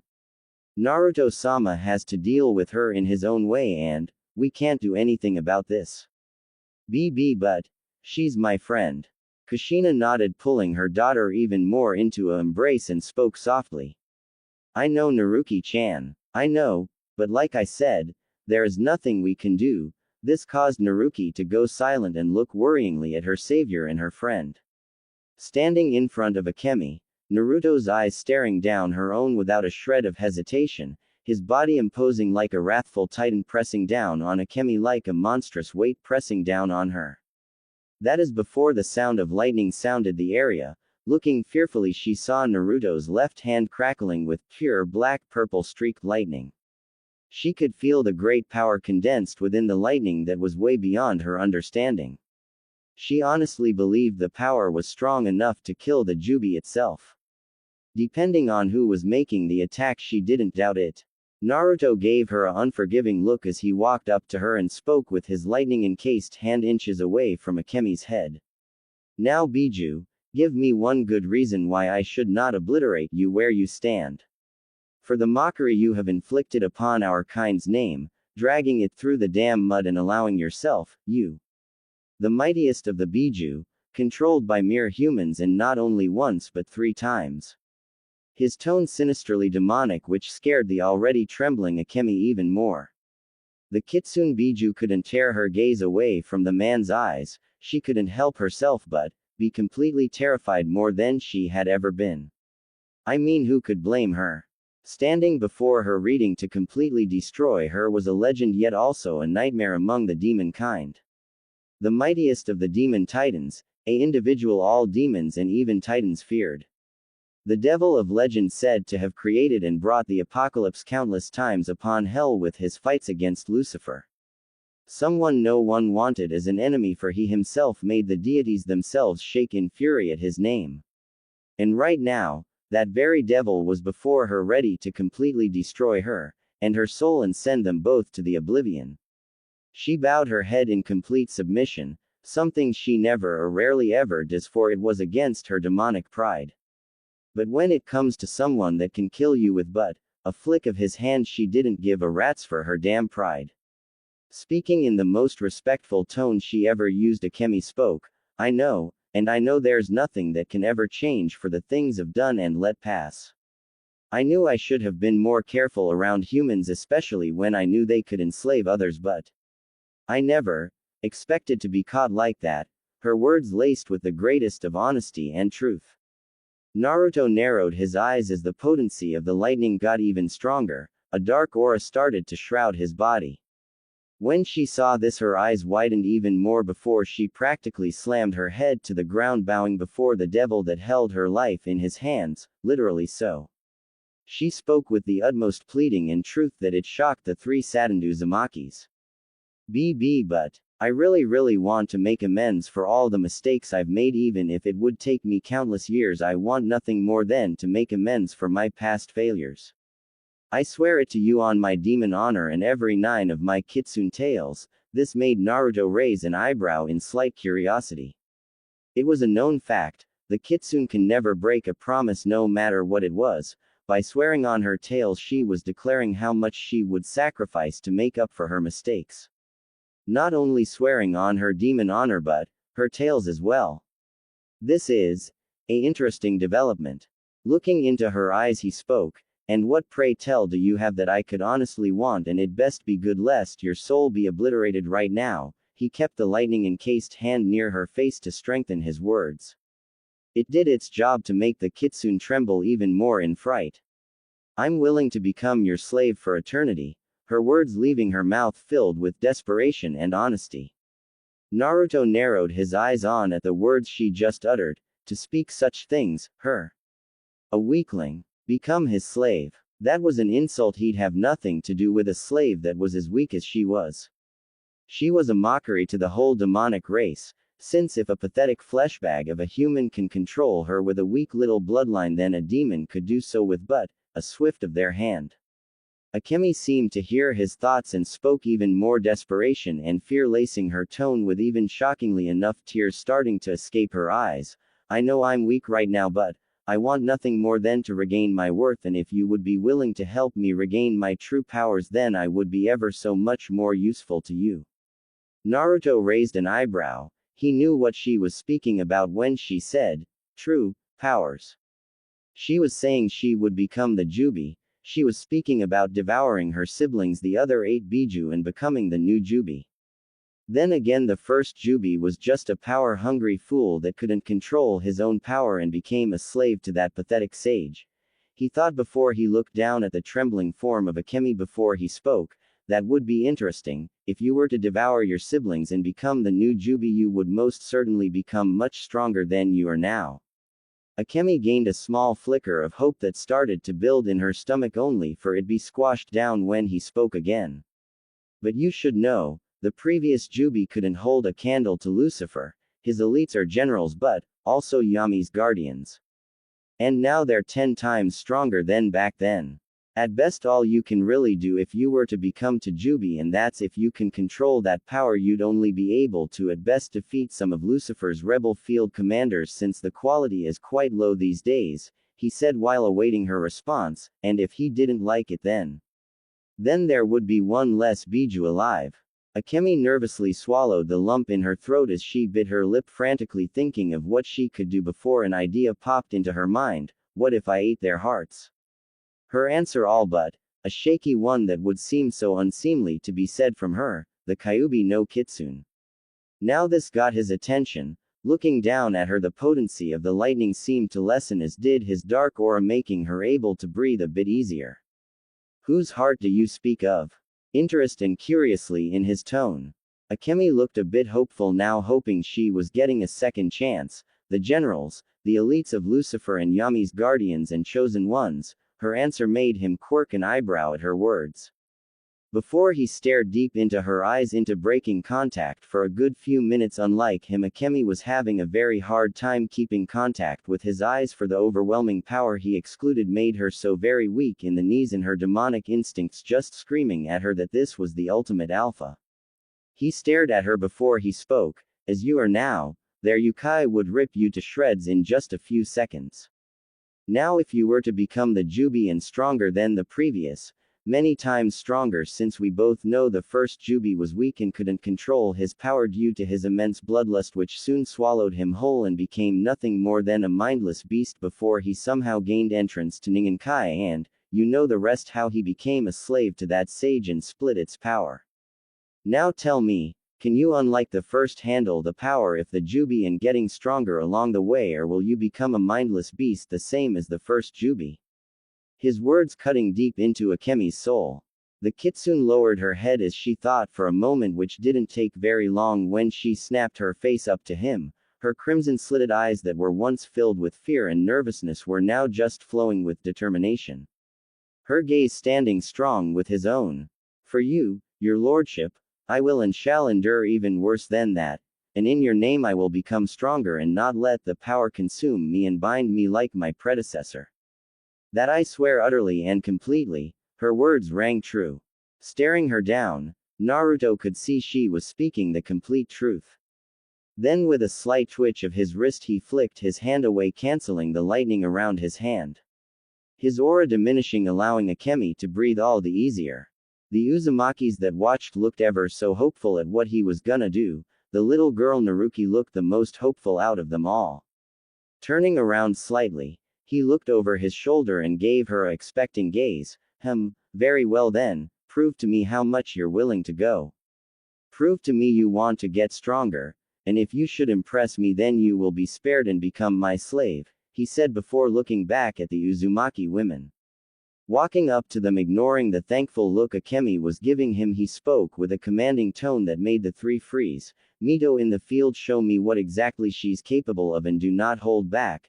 Making her know he wanted her to not hold anything back, even if the Biju is a friend, she isn't to hold anything back on her. Mito bowed slightly before heading toward Akemi, an impassive look on her face that conveyed how much she was mentally thanking her master for giving Akemi one chance. Walking up to Kushina and Naruki, he turned around and watched the fight about to come. When he felt two pair of eyes on him, though, he briefly looked down to see the thankful pair of violet eyes of Kushina and the happy giddy ones of Naruki. Kushina was quickly up on her feet when her master was right beside her. That didn't mean she relinquished Naruki from her arms. As the three watched Mito and Akemi get ready, Kushina cast her gaze to her master every so often and back to the front. She couldn't help but feel even more happy of being the slave of someone like him, even if he was close to killing Akemi. She sighed in a silent content while ever so slowly inching a bit closer to him before inwardly making Naruto stiffen, leaning her head onto his shoulder, thus making him widen his eyes slightly while Naruki watched the action curiously. Looking down at the redhead leaning on his shoulder, Naruto narrowed his eyes as that jolt came back and in full force as well. Honestly, he didn't know what it was and it was starting to irritate him. But he honestly felt compelled to not push Kushina off him and threaten if she did that again he'd kill her. It was like something was forcing him down, telling him to just let her do what she was doing. He let out a sigh and continued to watch the battle that bound to happen. He never saw the wide smile on Kushina's face or the blush on her face that could make a tomato look deathly pale. She thought when she did this he'd push her away instantly, but, to her immense shock, he didn't. He was letting her lean on him. More so, the way he shifted a bit, allowing her head to comfortably rest between his shoulder and chest, made it all the more better for her. She sighed once more, this time feeling the overall warmth coming from her master, which blanketed her body like a warm blanket, a blanket that would protect her and Naruki from the cold. Briefly looking at her daughter, she saw her slight surprise that she was asleep right then, quietly snuggling into her more and more. Naruto-sama, thank you for giving her this chance, she muttered, to which he just grunted. It still depends, Kushina. If she cannot impress me with fighting Mito, then she shall not get this chance. It all depends if she is willing to go beyond everything to get stronger and make amends for the mistakes she's made. If not, she will die no matter what. She just nodded, knowing it was absolute. His word was law to them and knew it couldn't be broken no matter how much you didn't want it to be so. So Kushina just closed her eyes for a moment, enjoying herself from feeling herself leaning against her master. She then opened her eyes to watch the battle that was about to begin. Very well then, master. With Mito and Akemi standing on opposite ends, Mito and Akemi eyed each other as they stood ready to fight one another. Mito eyeing her former prisoner with an impassive look as our demonic aura started to leak off her and shroud her body in a crimson-purple aura. As Akemi gave her a stare filled with determination and the will to win, something that made her mentally smile at Akemi, letting loose her demonic power, made her appendages come out with 2 long crimson fox ears and 9 flowing fox tails flow from out her backside.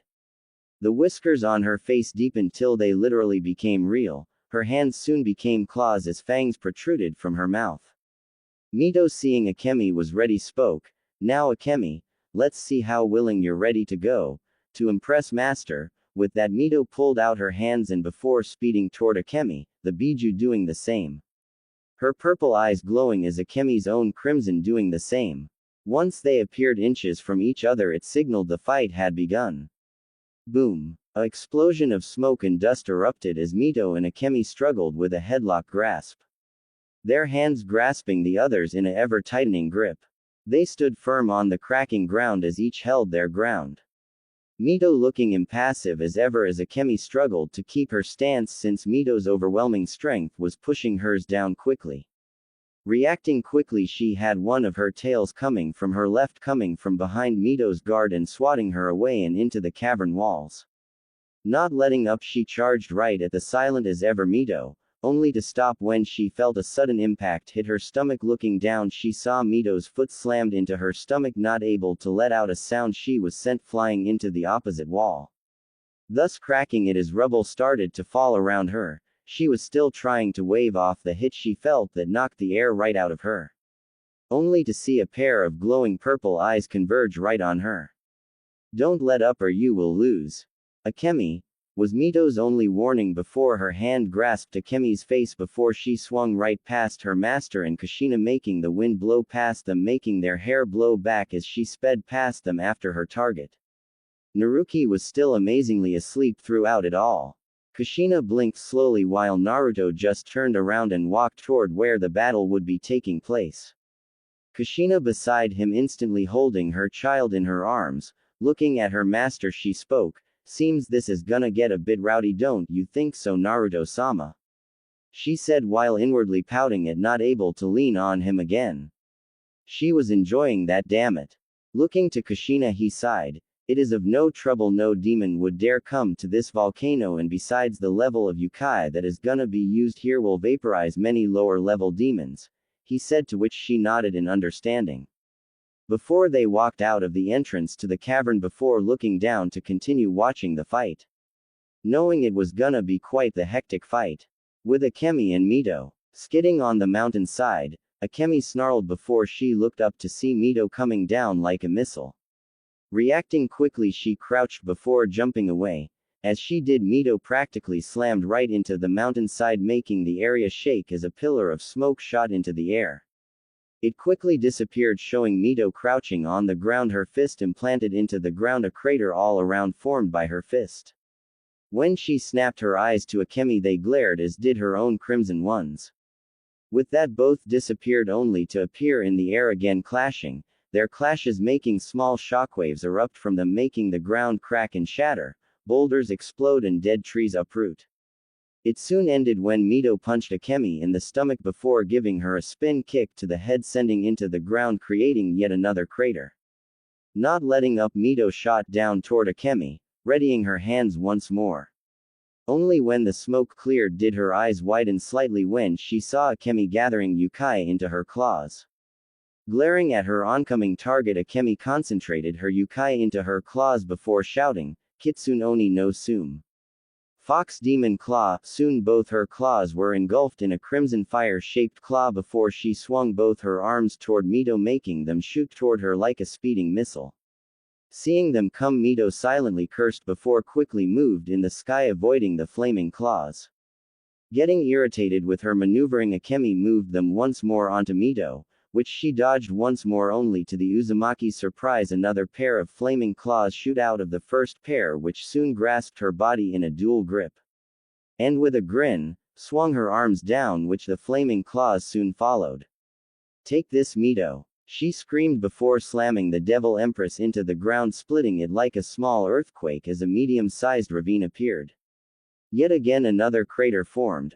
Only this time as Akemi glared into the smoke, she suddenly felt her fire claws start to turn gray. Seeing this happen, her eyes widened before canceling the technique. Good thing she did, because once she did, the fire engulfed claws soon became nothing but stone which soon cracked and shattered, turning to dust that flowed in the wind. That was good, now keep going, was the words that whispered into her ear. Spinning around, she was quick enough to dodge or guard against the incoming punch was planted into her face, making it cave in itself. Not stopping, Mito slammed her other hand into Akemi's stomach, making the Biju gasp before coughing up blood. Mito didn't let up before grabbed Kyuubi by one of her tails and swung her around before letting her missile through and ram into a couple of dead trees, which she soon followed in, since now Akemi was inside the forest of dead trees. Through it all, Naruto's scanning, calculating eyes moved from one end to another, watching the fight with a calculative eye. In the forest, Akemi panted, her hair cascading over her eyes. She had a hand on a tree as she regained some air. As she did so, her mind thought a mile a second as to how to fight Mito, who she knew was much stronger than her. But I won't give up. His lordship is giving me a second chance. I promised I'll do anything, and I damn well meant it. With a renewed vigor, Akemi narrowed her eyes before twisting around, blocking a kick from Mito. She stood her ground, but the ground behind her didn't, for it uprooted behind her, shattering and cracking. Her long blood-red hair billowed in the wind before she grasped Mito's foot before swinging her up before slamming her into the ground.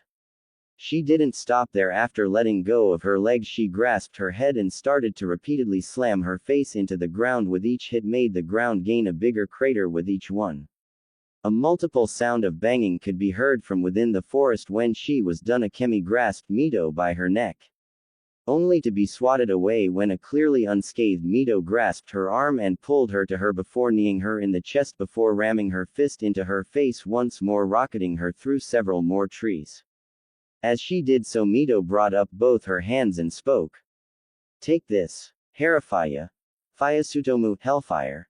Firestorm, and then suddenly she raised her arms into the air as her hands suddenly shot out multiple orbs of hellfire into the air surrounding the minuscule area where Akemi was. As she did so, her eyes glared at the struggling Akemi. If you don't wanna die, then I suggest you get up, was her words before she dropped her arms downward, which the orbs somehow followed her movement. They suddenly shot down toward Akemi. Seeing this and seeing no other way out, Akemi grit her teeth before expelling her yukai outwards, surrounding her body in a sphere of blood-red yukai. She hoped it would withstand. Boom! A sphere of hellfire erupted from the forest, destroying all in its path. The ground shook and cracked as the chaotic winds and shockwaves formed. The attack blew past Naruto and Kushina, which didn't do much but ruffle their hair. Their eyes were on the fight completely, while Kushina led a small thank you that Naruki wasn't awake right now. That was smart of her, condensing her yukai around herself like a protective barrier. It was a good plan, Kushina said, to which Naruto just grunted. It wasn't enough, his words flowing in the chaotic winds of the aftermath shockwave. But his eyes were now showing a flicker of interest. Forest crater. Within the giant crater that still had smoke rising from within was Mito, standing there impassive as ever, her kimono billowing slightly in the wind. Her hair covering part of her eyes, which didn't stop them from glaring down below her at the smoking form at her feet. On the ground was Akemi, not dead but not fine either. Her body had slight burns and her kimono was burned greatly, showing much of her body. Parts of her silk black bra and panties, but none to showing. Her face though showed frustration above all. Damn it. I won't lose here. No, I won't, she said, not wanting to lose this last chance at life. A life she so desperately wanted more than anything. Mito, looking down at Akemi, just sighed. Akemi, you need to do a lot better than that to impress master, if not you will die here, she said. Akemi seemed to stop struggling as she thought of what Mito said. She's right. I've been doing nothing to her, she doesn't have a scratch on her. I've been doing this all logically. I don't want to lose here. I want to make amends. I want to win this. I want to gain his lordship's interest. Akemi's eyes soon snapped open as her crimson eyes soon glowed pure blood red. An animalistic growl escaped her throat. Her eyes were glaring into Mito's own purple ones before she clawed at the ground. Then with a quick snap, Akemi abruptly stood up, her features getting more animalistic, her tails now waving around her in a slow motion. Crouching low on all fours, Mito let out a small smile. Good, you're getting serious. Then show us what you have. Kyuubi no Kitsune. With a Kemi rocketed toward Mito in a much faster speed, making Mito's eyes widen slightly. She didn't have time to put up a guard as a clawed hand rammed onto the side of her head. Her eyes widened a bit before her face met the ground once more, only this time the ground exploded upon impact. She briefly looked up to see Akemi's face, her crimson-slitted eyes flashing, her growling like that of the true demonic fox she was. She smiled before it vanished. She soon kicked Akemi off her, sending the biju into the air, which she soon flipped in the air. Standing up, Mito cracked her fingers before speaking. Good. Come at me, Akemi. Show Master your resolve. Show him your will to get stronger and make up for your mistakes, her demonic voice carrying a softer tone. With that, two shot toward each other. They both spoke in their own demonic tones as their demonic aura flared from them, destroying the ground around them or distorting the air in Akemi's case. Haru. Barajingu Ken, Hellfire. Blazing Fist, she said as her whole right was engulfed in hellfire, not burning her a bit as a sphere of hellfire shrouded her fist, making her whole arm blaze with hellfire, and a condensed sphere of highly concentrated hellfire surround her fist. Akemi didn't let up either, for she channeled most of her yukai in her left claw, making it explode with her yukai, making it glow with her crimson flame-colored yukai. She let out a small growl before she spoke of her technique. It soon formed into a snarling crimson-eyed yukai kitsune, its maw wide open, showing a pure black orb within its maw getting bigger each second. Oju Auto. Kitsune Sutairu. Kyuubi Furu Kudo Amari Dama. Biju Art. Kitsune Style. Nine-tailed full-powered Amari Sphere. Hearing her words made Mito's eyes snap wide open. As did Kushina's. Naruto's own eyes though lit up with full interest as a small smirk crossed his features. Hey, crazy little vixen, he thought, giving a slight chuckle as his hair shadowed his eyes from the swaying winds of both techniques giving off. Kushina eyed the technique until she hugged her daughter, a bit more worried the aftermath might hurt Naruki. Naruto, seeing her distress, spoke, "Don't worry, this aftershock won't hurt the child." She immediately calmed down. Just hearing her master's calming words made her feel at peace. "Why, yes, Naruto-sama," she uttered. Seeing she was calm, Naruto turned his gaze back at the two fighters and eyed Akemi with a approved eye, even if she didn't see it. The fact the approval was there showed how much she had already impressed him. Mito, seeing the attack coming at her, pushing her fist toward the attack, knowing the surrounding area was gonna be in great destruction afterwards.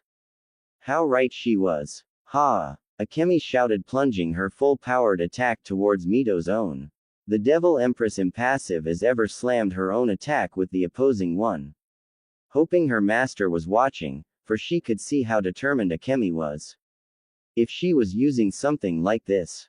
Boom! A earth-trembling explosion appeared, destroying all that it touched. A sphere of mixing yukai erupted from the forest, incinerating all in its path. It was the color of hellfire mixed in with crimson yukai, making it look like a true sphere of fire. The shockwaves erupting from the sphere shattered small mountains and made the turbulent rushing winds blow past the impassive Naruto and quite surprised Kushina. Their hair once again billowed behind their backs, not once ruffling their hair. They watched the sphere of fire and death spread out more and more each second. The ground being completely incinerated and tearing itself apart. The clouds in the sky swirled around the monumental release of yukai as black lightning raced the sky itself. Seeing the sphere getting closer and closer to the volcano made Naruto sigh before he stretched out his hand and spoke. Barrier, he spoke as a giant non-visible barrier covered the whole volcano. It did its job. When the sphere touched the sphere, it completely and utterly halted, not able to move any further. Expectantly, since it didn't go any further, the sphere started to build up more and more into the sky like an oval before Naruto just closed his eyes. Boom! It did that exactly. The sphere exploded, making a pillar of smoke rise high above the sky of hell itself. Going through clouds all the way, it was never ending. Naruto stood in front of Kushina, knowing this aftershock would pass through the barrier and would hurt the child, and he couldn't let that happen. So as the aftershocks blew past him, he continued to gaze down at the now smoke-filled crater with an impassive look that conveyed the impressed look within his eyes. That attack Akemi used was actually strong enough to injure one of Lucifer's generals and could quite possibly wipe out a small group of the rebel forces. He was quite surprised at how much Yukai Akemi used, and in such a condensed manner as well. It was much stronger than the other Biju's normal Amari, that was for sure. A few minutes later, when the smoke disappointed, Naruto and Kushina could see two shadows within the crater. Concentrating his gaze on the two, he let out a small smile before he spoke. "Come Kushina, it would seem the fight is over," he said before jumping off the cliff before floating down toward the crater, Kushina following him. Crater. Within the giant crater, the smoke rose into the air ever so slowly as the remaining Yukai in the air seemed to float around like in never-ending fog. The fires of hell littered the ground in many different patterns. Within the raging aftermath of smoke and fire, was two shadowed forms, one standing, another laying upon the ground. The first was an amazingly unscathed Mito who had not a single scratch upon her flawless body. Her kimono was slightly burned, if anything, showing her bare shoulders and more of her toned legs. Everything else was unscathed, but, unlike her, Akemi was much worse off. The nine-tailed Biju was laying upon the ground with severe burns. Was Akemi. Her body was covered in multiple burns that was already healing but was quite severe. Her body had no clothing since her kimono was all but incinerated in the attack, with only her silk black bra and panties still there, but they themselves were barely hanging. Her eyes were closed, yet her slight breathing showed she was unconscious. Her fox ears laid flat upon her head as her tail sprawled out on the ground, not moving but with just a slight twitch. Kneeling before Akemi, Mito let a smile grace her features as she took her hand in her own and spoke, her impassive face now a gentle and sisterly one. She placed a hand on her cheek and smiled at her. "You did great, Akemi-chan. You did absolutely wonderful." Her words flowed into the unconscious Kitsune's ears and possibly the other. That's when she heard two soft taps land on the ground, so looking behind her, she saw the smiling happily Kushina, who was holding a sleeping Naruki, as Naruto himself was eyeing both her and Akemi with his usual impassive gaze. Sei gave them both a bow of her head before Kushina rushed to her side, checking if she were okay. As Mito frantically told her she was okay, Naruto walked over to the unconscious Biju and stood over her with a strange look in his eyes that had yet to show any intent to end her right there. More like the fact he was looking into her very being and analyzing her very soul. The two Uzumakis saw this and waited with bated breath on what their master was gonna do. But the next thing he did shocked them both. He gained a small smirk before speaking. "To use that in such a highly condensed manner, you would have died if you were in Ningenkai if you used that. To have overpowered that attack and forcing everything into it. You are crazy, you little vixen." His words carrying a small amount of amusement and humor with each word. After a few seconds of no response, he kneeled down on his knee and picked up the unconscious Akemi. Carrying her in a bridal carry, he ignored the state of dress she was in and turned toward the surprised Uzumakis. "Purr," was the sound that come from Akemi before she unconsciously snuggled into Naruto, her head rest against his chest, making the devil gain a twitch in his eyebrow. Looking down at her, he half contemplated to just drop her right there and have Mito carry her. "Mito, Kushina, follow me, the woman needs rest," he said before he started to float back up to the cliffside. Kushina and Mito blinked before looking at each other before blinking again. Mito opened her mouth and spoke. "You think," she started, "that he's gonna let her stay?" Kushina finished. They blinked once more before giant smiles graced their faces before they shot up toward their master with pure joy flowing through their body. Kushina knew her daughter would be even more excited at this. Once reaching their master, they saw he was already walking into the cavern, which they quickly followed him inside. Though once they were by his side, they regained a slow pace with his own. Now Kushina, being the very curious redhead, had to ask. Anyo, Naruto-sama. The devil just gave her glance, which she saw as she had his attention. What are you going to do with Akemi, if I may ask?" This earned a sigh from the man. Before he kept walking. Well, I'll cut straight to the point with you, Kushina, as well as you, Mito. She wasn't going anywhere fast during the fight. But even when she was losing, she threw away her logical thinking and gave into her demonic instincts. Now this is in some cases bad, but when it comes to a kitsune, relying on their instincts alone makes them a much more deadlier enemy. Kyuubi here before this has been relying on her mind, which weakened and allowed those humans to enslave her. That's not the only reason, but that when you two had that last clash, the power she put into that attack was a great deal of amount, he said, getting both of their attention as they absorbed the information from him. How much was it? This caused their master to just give a small chuckle before he spoke again, this time though with approval in his tone, which was quite rare to ever be heard from him except during their time they trained under him. Included with all the power of a nine-tailed Biju. She forcibly pushed more Yukai into the attack, making it having the amount of Yukai compared to one Kyuubi and one Hachibi. This got gasps from both of them, since they both knew from personal experience that using such levels of Yukai was very deadly to yourself. If you were to overexert yourself, you could start to die slowly if you emptied your reserves to complete zero, and even beyond that. Your body would slowly tear itself apart without Yukai to help keep your body be stabilized. How did she have that much Yukai? Kushina asked, her eyes gazing down on the unconscious kitsune with awe and admiration in her eyes. Naruto just gave her a glance, not breaking pace. Remember about the Yukai gates each demon and devil has? He received a nod. They remember that lesson. The Yukai gates were similar to the celestial gates the humans have, but the Yukai gates obtained much more Yukai and increased your power 100x with each one you open. There is said to be 7 in all, named for each sin known to the 3 realms. That had seen their master release one, just for a demonstration, and when he unleashed the first gate they were immediately slammed into the ground by just the immense pressure of the Yukai flooding from their master's body. They still had nightmares when they remembered his appearance. It was so terrifying they were nervous around their master for a good couple of weeks. Even now they get extremely nervous if he were to ever resort to release one. Are you saying Akemi-chan released a gate? Mito said, to which Naruto just nodded.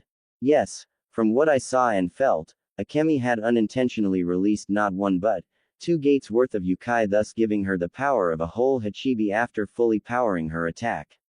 She had flooded the attack with that extra jump start of Yukai just to win. She's lucky to be alive, he said as he gazed down at the sleeping kitsune woman in his arms. Single quote, comma. Which has impressed me. His next words made them snap their gaze at him in shock. Sensing this, he elaborated, for her to go to such extremes to prove her worth shows me how much she can keep her word. She hit her limit and went over it all to gain my approval, he said, making a flickering flame of hope come to life within Kushina and Mito's hearts. Does that mean? They both uttered silently, their words filled with such hope it was quite surprising. Naruto just sighed while closing his eyes. Yes, she has proved her worth. Starting tomorrow, Kyuubi no Kitsune, or better yet Akemi no Yoko, becomes my new slave. This made both Kushina and Mito both gain great big grins on their faces before Mito actually squealed of all things. Kushina couldn't do much, for she would wake up her sleeping daughter, but she was pumping her fist into the hair, giving a quiet, "Dadbane." Naruto himself just sighed even more in annoyance, since he could see both Mito and Kushina's actions from even behind himself. Looking down at the woman in his arms, he sighed. Things are gonna get very hectic soon, and why do I feel like I'll be the center of it all? 10 minutes later. After following through the cavern, the group of 3 with the sleeping Naruki and unconscious Akemi counting as 2, they had arrived to Kushina and Mito's shock, something that was completely beautiful, in their opinion, for before either eyes, after going through so many channels within the cavern. They had come on the outside of the giant volcano, and in front of their eyes was a house. No, not a house, what the hell were they thinking? They were seeing a freaking castle before their very eyes. It was a giant pitch-black castle. Surrounding the castle, though, was even more a shocker, especially in hell. The ground wasn't dead of life or barren of any plant life. But in fact, the land had green grass that was completely never seen in hell. Trees that were usually dead were in this one area fully alive. Of course, the sky itself was the usual blood red like always. They stood there shocked for quite a few minutes as Naruto just gazed at the place with irritation. Don't ask. He stopped their obvious question before he walked on, ignoring the grass around him or the fully alive trees. Kushina and Mito looked all around them, seeing the nature alive unlike the rest of hell was completely dead. No wildlife was here, but just the grass and trees were enough to bring a small tear to both their eyes. If there was one thing they missed from their old lives, it was the green grass and fully bloomed trees. Despite Kushina missing her daughter even more than anything, this was her second missed thing from Ning and Kai. They briefly wondered how or exactly why their master, a devil and one of the most brutal ones to ever live, would live in such a place. The castle, though, was an opposite of the land, being midnight black in all. The bubbling lava around the castle with the black lightning dancing across the sky made it all the more suited place for a devil. Even if the green grass and trees didn't fit the area. The castle's design was strange at best, and they've seen a few of them in hell during their attacks with their master on Lucifer's strongholds. At least Naruki-chan has a place to play at, were Kushina's thoughts on the matter. Knowing her daughter was a bit too young to train at the moment and was a bit happy she could enjoy what childhood she has left. Even if it was in Makai. They followed their master till they came in front of the castle, and when they felt their master flare his yukai once, the giant wooden bridge came down slowly before ending with a loud click. Before he kept walking, which they followed. Once all three of them were off the bridge, it came back up once more. Now when Kushina and Mito were inside the castle, their jaws would have crashed right through the ground if it was possible. For before them something that was absolutely marvelous in their eyes. The outside of the castle was pitch black, but the inside was painted differently. The halls were mainly pitch black with purple streaks mixed in. A long red crimson blood carpet graced the hallway with white marble flooring, and even most rooms had this except the flooring had black marble instead. Statues of demons and gargoyles stood on both sides of the hallway. Metal knight statues as well stood tall and imposing to children if they ever saw one. Paintings of all kinds littered the hall, some showing great battles between demons and angels, some with demons fighting against other demons. On the ceiling was two chandeliers that lit with a bright glow. They knew there was more to the castle though, since they had yet to even explore the whole place yet. Following their master though, they marveled at the sight of the castle, its architecture and design. It was weird actually, for just being inside this castle made them feel right at home. Like this was their true home or something. After following their master for a good 5 minutes, they came before a door which he soon opened, leading to a room of great proportions. It was painted black as well, with a huge red carpet on the floor, 2 dressers with a built-in bathroom, 2 nightstands on both sides of a king-size bed. The bed being designed beautifully in Kushina's opinion, for it was beautifully crafted, showing artistic designs within the wood. Soft silk black sheets and a soft pillows that felt like the softest thing Kushina or Mito for that matter have ever touched. A giant blood red cover finished it off with black flames licking the bottom of the cover. Smaller pillows littered the bed as a sign of decoration. They stood there amazed at the sight, as Naruto just grunted before throwing the pillows off before pulling the covers and sheets back. Then he set the sleeping yet healing Kitsune woman into the bed before he looked back at Kushina and Mito. Kushina placed the girl in the bed too. I doubt she's had any good rest for a while now. Afterwards, when they both wake up, she can get something to eat. She looks malnourished beyond reason, he said, to which she nodded. Walking to the other end of the bed before she gently placed Naruki inside. Then ever so slowly she covered her frame up with the sheet and cover before giving a kiss to her forehead. Good to have you back, Naruki-chan, she uttered before going back to Mito.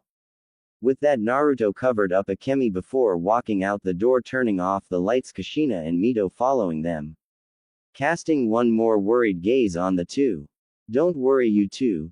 This castle is protected by special barriers and runes that make it completely impenetrable to any outside force. Anyone that tries to sneak in will be vaporized on the spot no matter who they are. His words of reassurance relieved them immensely. But questions started to pop into their minds as to what this place was and how it was linked to their master. Following him downstairs, they all came to another they finalized as the living room. They could see it was greatly decorated with 2 midnight black sofas and 2 dark violet chairs facing a giant fireplace, and facing the sofas was a giant plasma screen TV. Above the fireplace was a large painting, though of something Mito and Kushina couldn't identify. It looked though like a couple holding a little child in their arms. Kushina, Mito, stop dawdling and sit down, it's time to start explaining our next move. Their master's voice quickly shook them of their stupor. Looking back at him, they could see him standing in front of the fireplace. A firm look in his eyes made them audibly gulp. Once they sat down, Naruto turned around and gave them a sharp gaze that made them tremble on the spot. No matter what, if there was one thing that feared yet respected, it was their master. Things have changed, you two. Your training is gonna be upped by a few standards. I feel something stirring in the 3 realms, and it's only a matter of time before more battles break out. Added with my actions against heaven today, I'd say they're gonna be much more hostile than they ever were before. So from now on, you two along with Akemi shall be trained even harder than ever before, he stated, making both of them nod in unison. Seeing this, he continued, now on a lighter note, you may be wondering what this place is and why it's behind such a giant volcano. Well, the truth is, the place we were living at before was nothing more than an outpost. A training area for me and you two, but was also a lookout post for Lucifer's armies. Seeing as it's gone now, we'll have to resort to this place from now on, he mumbled irritatedly. Quirking an eyebrow, Kushina spoke, Master, as I may, but what is this place, and how is there even living plant life in this area? This made Naruto gain a twitch in his eyebrow before he sighed in slight annoyance. Well, this castle was once my old home, but I've never used it since I've always been on the road facing off against Lucifer and his men. As for your second question, I never really knew for sure, but I can only think after the great forest of Eden was destroyed by the first war between heaven and hell, its land was but obliterated. I think some of its soil, which held holy qualities that not even hell could poison, landed into hell, and more specifically this area behind the volcano, he said, answering both of Kushina's questions. The woman just nodded as she ran the information through her mind. Naruto sighed before he plopped right onto one of the purple chairs. Mito, seeing his exhausted state, got a bit worried and spoke, Naruto-sama, not to sound pushy, but it would help if you got some sleep. You've gotten no sleep for the past week or so. Do all the training, fighting Lucifer and getting Naruki, her words gaining Kushina's attention. Naruto just grunted, waving off Mito's concern. Even though she was right, he hadn't had much sleep for a while, but he had to be on guard. Lucifer could send his men out anytime, but knowing he was inside this castle was all the assurance he needed to lower his guard. Just a bit. My health nor sleep isn't important, what is, he couldn't finish before his eyelids slowly started to fall. Seeing this, Mito and Kushina stood up, worried only to see him in a few seconds passed out on the chair. Seeing he was asleep, Kushina and Mito both smiled briefly. Master is always watching out for us, even when he doesn't show it, huh? Kushina said, her eyes staring at her master's form with gentleness of that of a worried woman. Mito nodded in agreement, her own smile plastered on angelic face. Yes, even if he hides it well, very well, I can sense he cares for us in his own way and is doing everything he can to make sure we're protected while training us to become stronger so we can protect ourselves, she said as she slowly walked to his side before kneeling beside the chair, gazing at her master's sleeping face. Yeah, he deserves some rest, for all that he's done. Kushina said in agreement with that. They both slowly put his arms over their shoulders and struggled to lift his body off the chair. After doing so, they gently yet quickly went to find another room for him to sleep in. It took a few minutes, but to their luck they found a room with the same designs. But The bed's color was that of dark violet with midnight violet covers. Slowly they unveiled the sheets before they started to place him in bed.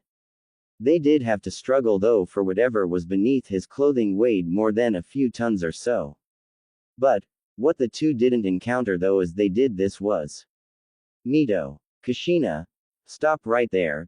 The stern voice of which they recognized immediately made them freeze in front of the doorway. Nervous yet feared expressions crossed their faces. Turn around. They did so without hesitation, but they did it quite slow, not wanting to meet their master's angered, in their mind's gaze. What they saw though made their eyes widened in shock. Naruto, their master, was looking at them with an impassive look. He was sitting on the bed with his feet touching the floor. But what shocked them was that he was pointing to the other side of the bed.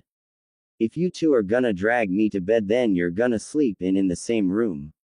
Now get over here and get in bed, he said, to which they just nodded slowly while trying, and failing, at hiding their reddening cheeks. It only got worse for the two when their master took off his coat and boots before he discarded his shirt as well. When he discarded his shirt though, it was almost too much for the two women, for they were seeing the upper body of a god. Not a single flab of fat was upon his chest, he had a rock-hard 8-pack. His chest cleanly cut yet lithe. His skin unblemished, yet a few scars on his shoulders, an X-shaped scar where his heart is. Besides that though they couldn't help but eye his body to their extreme embarrassment. They quickly got under the covers to hide their practical red glowing faces. It got redder when they felt Naruto get in the bed also. Those poor women would be like that for the rest of the night, sleeping completely on one side of the bed as to not wanting to disturb Naruto's sleep. If only they knew the situation they'd wake up in tomorrow. It was early in the morning for all of Makai, the shifting sky going from a pitch black to its everyday crimson. The early morning which started to appear with the ever blood-colored clouds lit up all of Makai. Demons all around started to shift awake to start their everyday activities, whether that being torturing someone, eating some poor soul of a mortal, or just plain slaughtering those weaker than themselves. As the inhabitants of all in Makai slowly started to wake from their slumber for their daily activities, so too did another group of demons. Or mostly devils, but you get the idea. Behind the greatest volcano known in all of Makai, Mt. Unmei, was a shockingly beautiful landscape filled to the brim with vibrant alive green trees and grassy green fields. It would be shocking to all of Makai if they saw such a place in a realm known for its chaotic environment and brimstone-filled air. Passing this field of green lively trees was a separated plot of land with a giant pool of lava, thus separating the land from the other piece of dirt floating above the bubbling pool of lava. Sitting on the giant mound of dirt was none other than a castle of nightmarish design that did not fit the greenery view but more of Makai itself. Its pitch-black walls and demonic design showed it belonged to a demon of some sort. Though living inside this castle was not a demon but a devil of such power that it made all of Makai itself tremble, with only 2 people in Makai that could give him a good fight. All others were nothing more than sheep to the slaughter to him and nothing more. Hellwing Castle, Naruto's room. Muan. The sound of pleasurable ing filled the room of one Hellwing Naruto, devil of Makai. One would think of why such a sound would come from his room. Others may think he was pleasuring a female companion due to the female tone in the voice. Though that was slightly wrong, for he wasn't doing anything. For he was still asleep. Laying upon the king-size bed was 3 figures, one of them being a male that now could be recognized as Naruto himself, sound asleep, unaware of the world around him. Though the 2 other figures could be seen as female, for both were either snuggled up to him or basically on top of him. Though now they both could be identified as the first 2 slaves of Naruto, the figures could be seen as both Uzumaki Kushina and Uzumaki Mito. Kushina being the long maroon-haired woman that was unconsciously snuggling up to her master, hurrying his name while rubbing her body against his own, her hands exploring him as well. That wasn't the only thing though, for she was releasing plenty of pheromones from just this alone. If only she knew she was also leaking from both her lower lips and from her 2 beautiful mounds. Naruto-sama, she uttered, not realizing her current position. Though when she heard another sound did she started to wake from her pleasant dream. Oh, Naru-sama, I love you, was another voice that which slowly woke Kushina. She slowly blinked her eyes awakening herself, that is before she felt her hands touching something both soft yet firm at the same time. Looking at her hands blearily did she see her hands roaming the chiseled chest of someone. Further looking up as realization came to her did her face practically erupt in a blush so red people would have mistaken her head for a tomato. In Naruto-sama, oh Kami, if he awakes to this, things are gonna get awkward. Feeling herself getting hot did she shift a bit only to feel wetness touch her mounds and her lower lips. Slowly looking down she flushed even deeper once seeing the stains through both her bra and panties. Both of her fluids were easily leaking from their fabrical clothing. It made her flush even harder and deeper when she saw the two little puddles on the sheets. By Kami, I leaked that bad. Naru-kun. Don't stop. Kami, I love you. This voice made Kushina's eyes go wide for looking up her master's upper body did she see Mito, sprawled on their master. Her body practically rubbing itself onto him periodically, her left hand groping his chiseled chest and ripped abs. Her face flushed greatly from the dream she was having. It had to be a very exceptional dream to put her in the state she was in now. For her right hand was lower lightly rubbing the bulge in his lower undergarments, and like her both yet much more was that her s were out of their bra thus making her milk run down his chest and making her bountiful